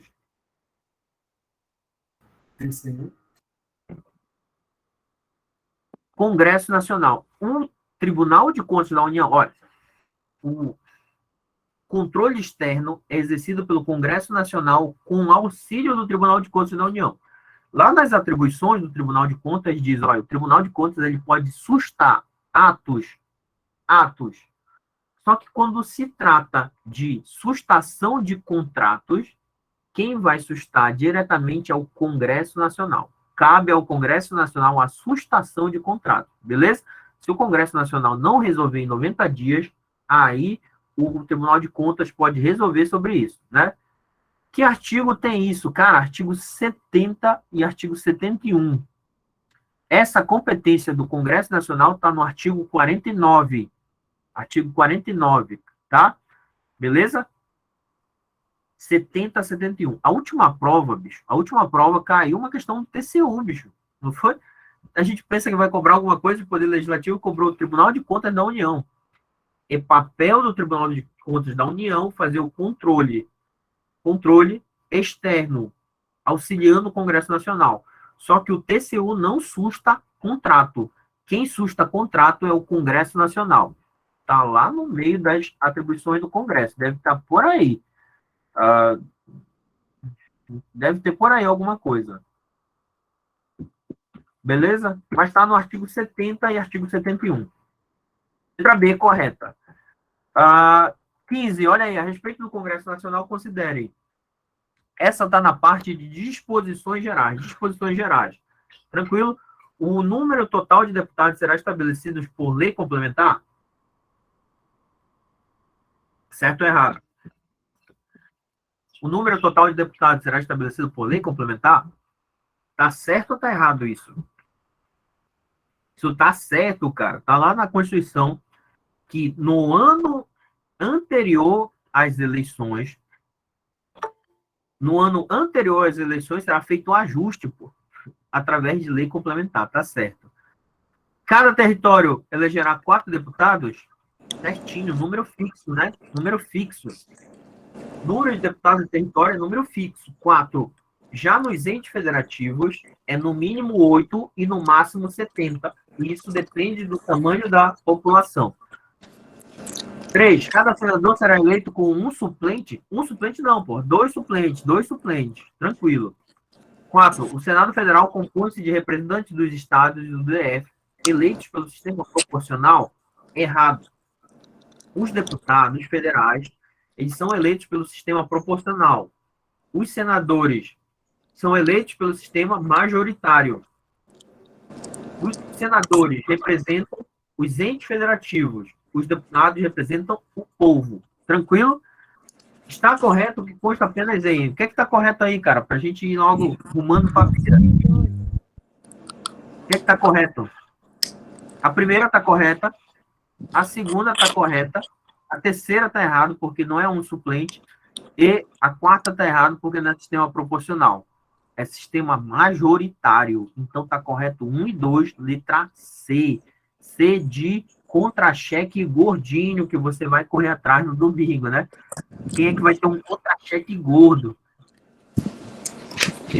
Eu só tenho 3 pensão para pagar. Tem gente que já tem, né? C de concursado.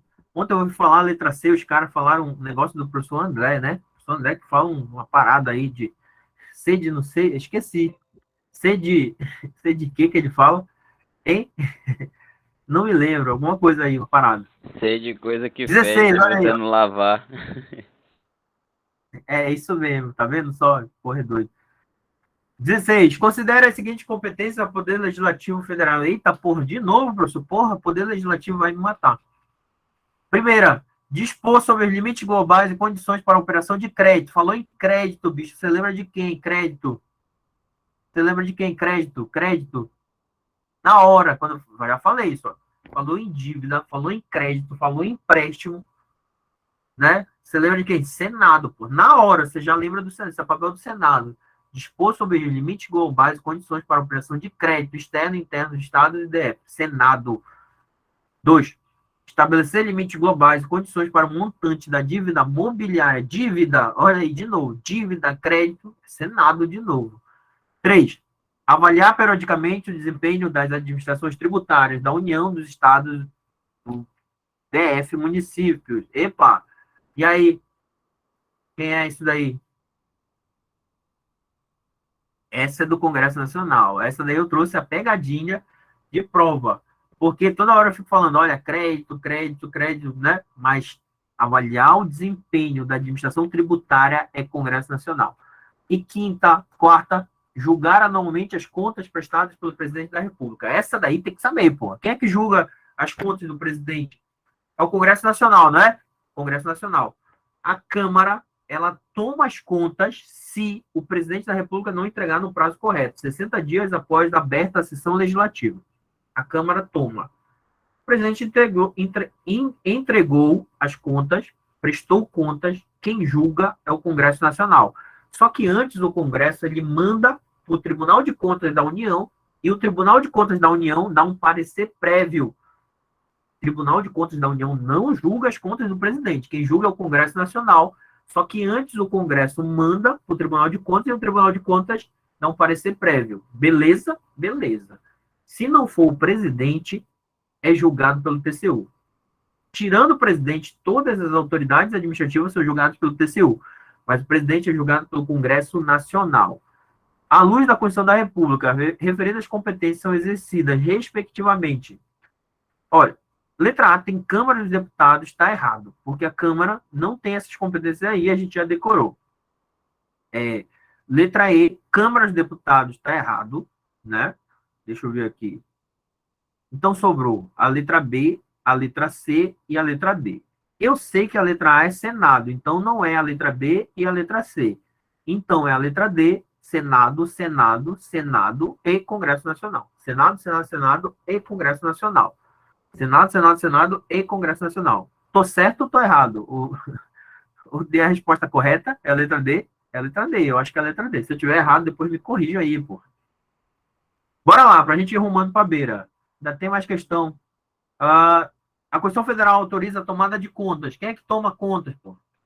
Câmara dos Deputados, né? Letra B, pela Câmara dos Deputados, caso as contas não tenham sido apresentadas ao Congresso Nacional dentro do prazo de 60 dias após a abertura da sessão legislativa, corretinho, 17 a letra B. Não vou nem discutir o resto, porque você já decorou que tomada de contas é a Câmara. Você vai sonhar hoje com a Câmara tomando contas do presidente da República. 18.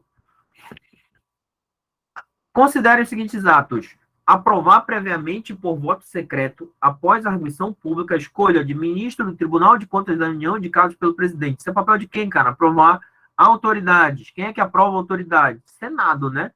Senado Federal. Só que a questão, ela vai te perguntar o seguinte, de acordo com a Constituição Federal, compete privativamente à Câmara dos Deputados. Ou seja, a primeira não é papel da Câmara, é papel do Senado. 2. Autorizar por 2/3 de seus membros a instauração de processo contra o presidente. O juízo de admissibilidade é papel da Câmara? Já disse para você decorar. Já avisei, depois não diga que eu não avisei. 3. Proceder à tomada de contas do presidente da República quando não apresentadas ao Congresso Nacional dentro de 60 dias. Tomada de contas. E essa questão eu já fiz, bicho? Tá aparecendo outra questão ali. Eu acho que eu já fiz a porra dessa questão. Ou a questão é muito parecida e a FCC não tem criatividade, o que eu acho muito provável. 4. Fixar, por proposta do presidente da República, limites globais para o montante da dívida consolidada da União. Falou em dívida, cara, lembra do Senado, né? Então, 2 e 3, papel da Câmara, letra A. Letra A, vocês já decoraram aí. Beleza? Tá todo mundo acordado ainda? Estamos indo para o final já, cara. Estamos indo para o final. O presidente da República poderá delegar, dentre outras, a seguinte atribuição. Presta atenção. O presidente da República, ele tem algumas atribuições, né? Algumas atribuições. Tem milhares, tem 25, tá lá na Constituição Federal, artigo 84. E a própria Constituição diz que ele pode delegar algumas. Você tem que saber quais eles podem delegar. Vou até colocar aqui no slide. Olha aí. O que ele pode delegar, cara? Competências delegáveis do presidente da República. Coloquei no slide para facilitar a tua vida. Para depois não dizer, porra, o Sandro não ajuda, esse filho da puta. Não ajuda em nada. Né? Não ajuda. Olha aí, ó. Competências delegáveis do presidente da República. 6. Essa que está em rosa está no inciso 6. Editar decretos autônomos, ou seja, compete ao presidente da República dispor, mediante decreto, sobre organização da administração federal e extinção de cargo público quando vago, porra. Conceder indulto e comutar penas, está no 12. E prover e desprover cargos públicos, está no 20 e 25? 25, eu acho. Não, 24, eu acho. Sei lá. Tá por aí, tá por aí. Mas, enfim. Essas atribuições, elas são delegáveis a quem? Ministro de Estado, Procurador-Geral da República e Advogado-Geral da União. Advogado-Geral da União, beleza? Volta para a questão. O Presidente da República poderá delegar, dentre outras, a seguinte atribuição. Nomear.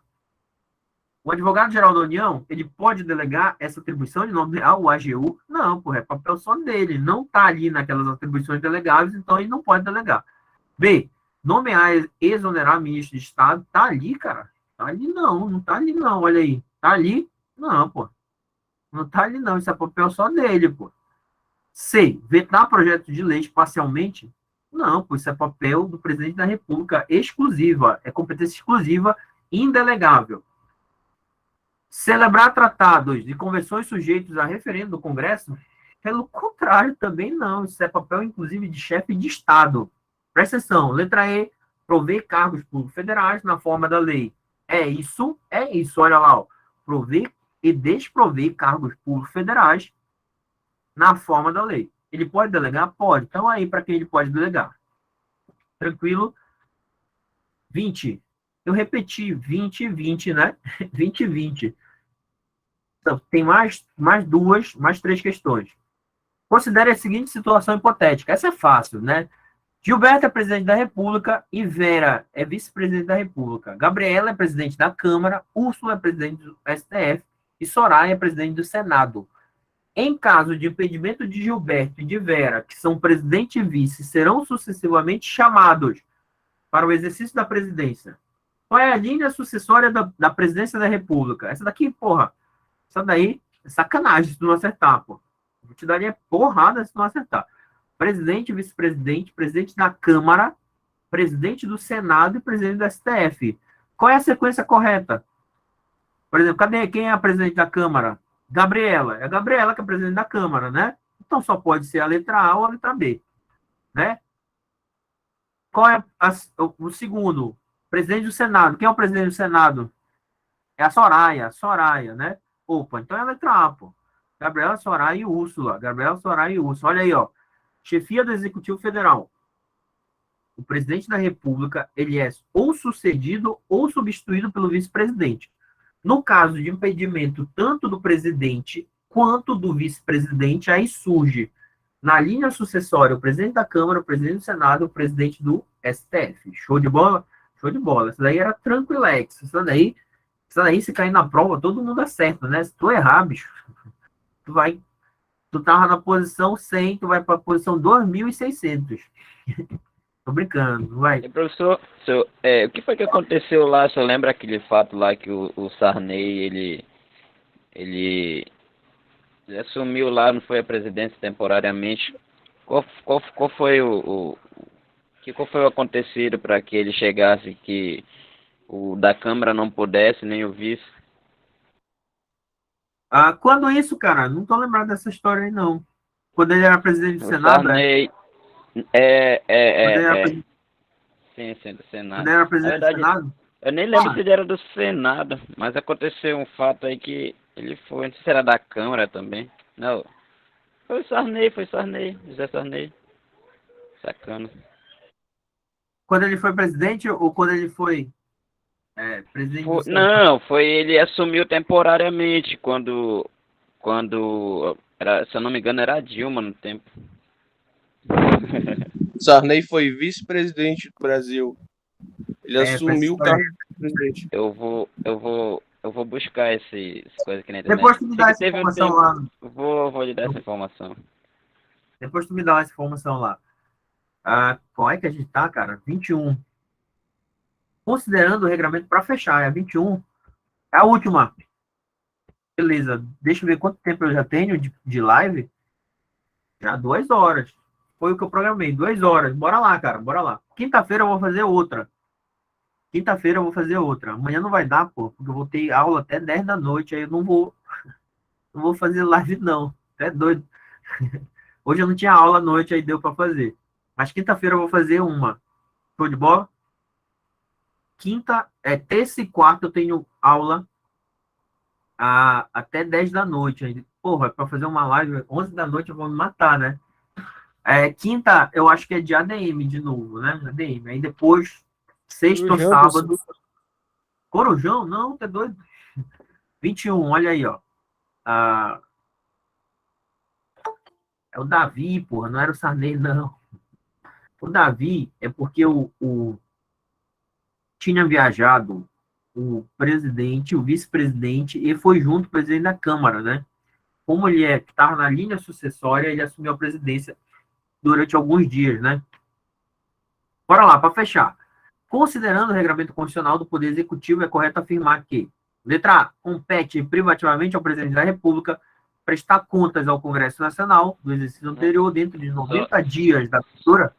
60 dias, 60 dias, 60 dias, 60 dias. Não é 90 dias. Olha aí, uma questão da FCC que te cobrando um prazo, pô. Isso parece... É terrível isso daí. Isso parece... É pior quando é lá no penal, né? Lá no penal é pior ainda, quando cobra pena, pô. Como é que eu devo cobrar pena, pô? Que time é esse, professor? É sacanagem tua aí, hein? Não conhece o... Professor, time eu é achei esse, aqui. Tá ouvindo? O time é o Grêmio. Beleza. É porque, Tá ouvindo aí, com certeza, tinha impedimento. Ele era presidente do Senado e tinha impedimento do presidente, do vice e do presidente da Câmara, né? Impedimento, quando eu falo assim... Foi o Sarney, foi no dia 12 de 12 de 2012. Aí o Sarney, ele assume, aqui está dizendo assim, torna a ocupar o cargo de presidente da República, 22, despedir. Aqui fala que era o José Maia, era o Thiago Maia, caramba. Presidente da Câmara, Dilma Rousseff. Era o terceiro na linha de sucessão, da sucessão da presidente Dilma Rousseff. Sarney volta ao cargo com a viagem do presidente da Câmara, Marco Maia, ao Panamá. Tá vendo só? Ele foi impedido, ele ficou impedido. Ele não poderia assumir. O presidente e o vice estavam impedidos, estavam viajando. O presidente da Câmara estava viajando, aí ele assumiu. Porque ele está na linha sucessória. Se ele não tivesse aqui, quem é que ia assumir? Presidente do STF. O pessoal tá falando mal do Grêmio, é? Porra, venho aqui com toda a disponibilidade, dou 2 horas de aula, faço todo o slide, você vive falando mal do meu time? Ei, sacanagem, sacanagem. Também eu não vou disponibilizar essa aula lá. Não, ele vai subir. Grêmio, Vasco, Cruzeiro e Bahia. Bora lá, 21, porra. B. Em caso de impedimento do vice-presidente da República, serão chamados a sucedê-lo o presidente da Câmara, correto, o presidente do Senado e o presidente do STF, correto. Ei, deixa o imortal. Chama o fiscal qualquer coisa. Letra C. Atentar contra o exercício dos direitos sociais constitui crime de responsabilidade do presidente da República. Ei, tema quente para a prova de vocês, saber quais são os crimes de responsabilidade do presidente da República. Está lá no artigo 86, dê uma lida, lá na Constituição Federal, artigo 86. Crime de responsabilidade. Dentre eles, está esse daí de atentar contra o exercício dos direitos sociais? Não. Tá. Atentar contra os direitos e garantias fundamentais, porra. Direitos e garantias fundamentais. Direitos sociais, sacanagem, né? O banco cobrando. Letra D. O presidente da República será afastado de suas funções no caso de apresentação de denúncia por crime comum para o Procurador-Geral da República. Crime comum pelo Procurador-Geral da República. Hein? Crime comum? Não. Hein? Tô perguntando para vocês, estou perguntando. Hein? Jamais, doutor. Não, porra, é quando o STF recebe a denúncia, não é quando é apresentada a denúncia pelo Procurador-Geral da República. Tranquilo? Então essa daí tá errada, a letra D. Letra E. Presidente é intocável, hein? Não entendi? Presidente é intocável. Cara, isso é prerrogativa do cargo. Isso é prerrogativa do cargo. O presidente ele não pode ser responsabilizado por atos estranhos ao exercício de sua função. É assim que diz a Constituição. Isso é prerrogativa de quem ocupa a cadeira de presidente. E ele só pode ser processado se a Câmara permitir, entendeu? Se a Câmara permitir, ele pode ser processado. Mas isso tudo é prerrogativa do cargo, né? O presidente, por exemplo, não responde por crime de improbidade, né? Crime de improbidade. Ele responde por crime de responsabilidade. A única autoridade que não responde por improbidade. O resto, todo mundo responde, menos o presidente. Mas por quê? Isso é prerrogativa do cargo. Proteção ao cargo, né? Letra E. Compete ao presidente da República promover os oficiais superiores das Forças Armadas. Isso daqui é uma regra besta, bicho, que está lá nas competências do presidente, que é só a gente dar uma lida. Ele vai promover os oficiais generais, né? Oficiais generais, não oficiais superiores. Sacanagem. Esse tipo de questão é sacanagem. Esse tipo de questão aí dá vontade de pegar o examinador e dar porrada. Por quê? Como é que eu vou decorar, bicho, que vai ser os oficiais superiores, os oficiais generais? Só tô falando para vocês porque eu estudei essa questão, cara. Mas é só para alertar vocês que às vezes tem texto constitucional que a gente não tá habituado. Porra, tô falando aqui do artigo 5º direto, né? Porra, decora o artigo 5º, decora, né? Porra, você leu tanto que você decorou. Agora, como é que você vai decorar essa porra aí que tá perdida no meio no meio das atribuições do presidente, né? Como é que eu vou saber a diferença entre oficiais superiores e oficiais generais? Ah, vai te lascar, essa banca é sacana. Deixa eu ver se tem mais uma. Não tem mais, cara, não tem mais. Até queria fazer mais para vocês. Pô, 21 já tá bom, né? Ah, A resposta da 21 é qual, professor? 21, 21, resposta eu acho que é a B, bicho, não é a B. Não é a B. Em caso de impedimento do vice-presidente da República, serão chamados a sucedê-lo o presidente da Câmara, o presidente do Senado, o presidente do STF. Cara, faltou, tá incompleta, né? Eu acho que tá incompleta, mas eu acho que tá certa.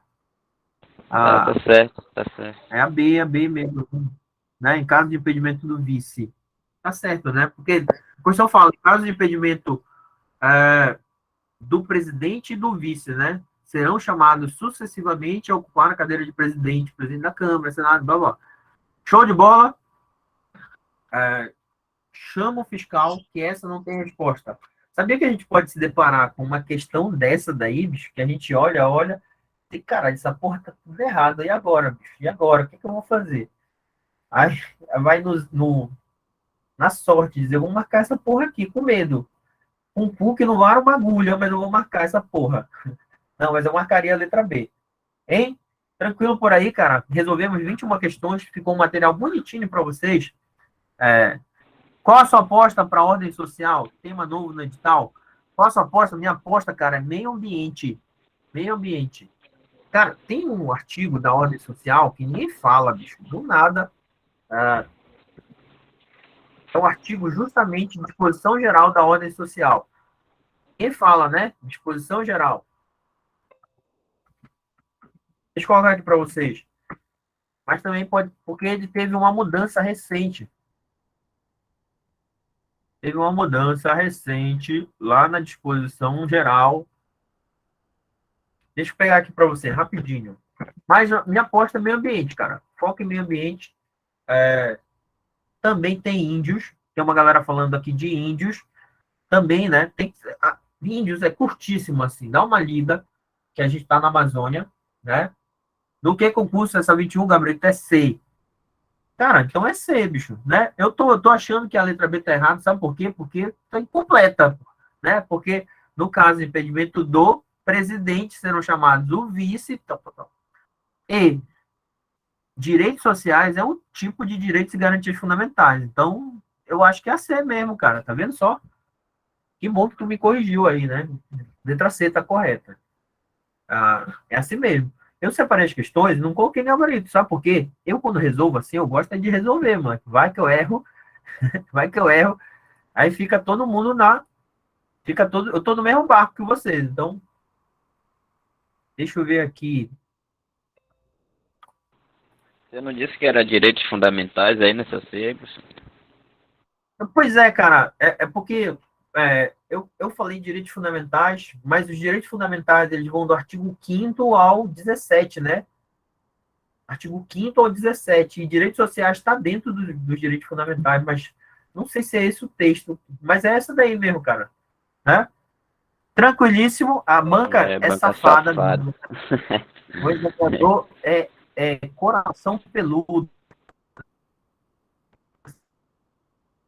De questão é para aquele vagabundo que não tem o que fazer, eu vou sacanear, né? O examinador ele só quer ver o teu mal, cara. Ele Dá uma só oficina quer ver o de mal, pô. Ele não quer ver administrativos. o bem, não. Tranquilo, gente, olha, já falei demais. A gente já chegou a 1 da manhã. Então, vou terminar por aqui, cara. Foi um prazer estar com vocês. Espero que vocês tenham gostado, né? Tenham gostado desse. Foi uma revisão, cara. A gente foi bem na veia, apesar, né? É um tempo razoável, assim, para a gente ver algumas questões, ver alguns pontos. Tem um materialzinho aí para vocês. Qualquer dúvida, cara, tô no grupo lá. Tô lá naquele grupo, divulga o grupo lá, que a gente vai desenrolar mais aulas durante a semana, tá? Divulga lá o grupo, divulga a galera, marca lá no Instagram, né? Agora que eu virei blogueiro, tô me achando. Daqui a pouco vou começar a monetizar. E professor, Tranquilo? Fala, pai. professor, na Oi. sua próxima aula, o senhor pode usar uma blusa do Flamengo, por favor? Flamengo? Não, sacanagem, Sim. sacanagem. Por gentileza. Eu me recuso a discutir essas coisas 1 hora da manhã.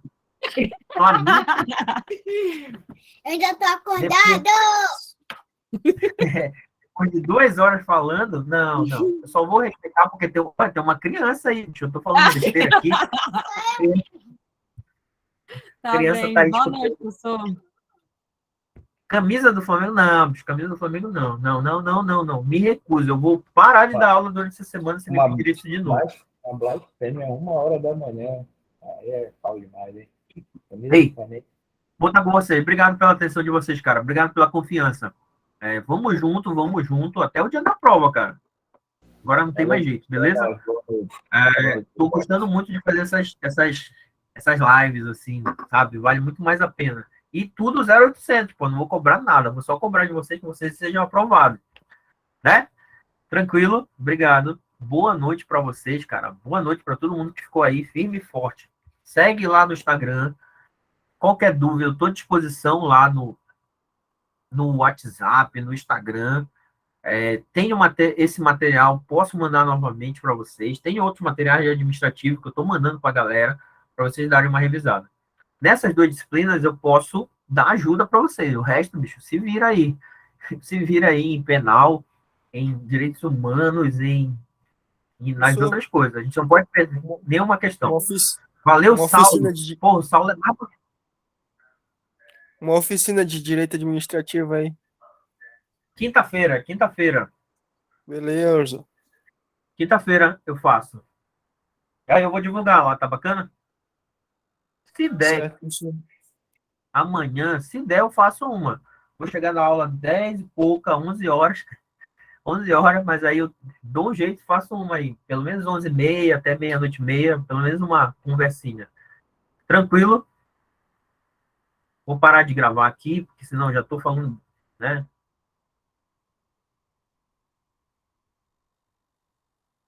Tranquilo? Vou desligar aqui agora, cara. Boa noite para vocês, bom descanso. Amanhã tem mais.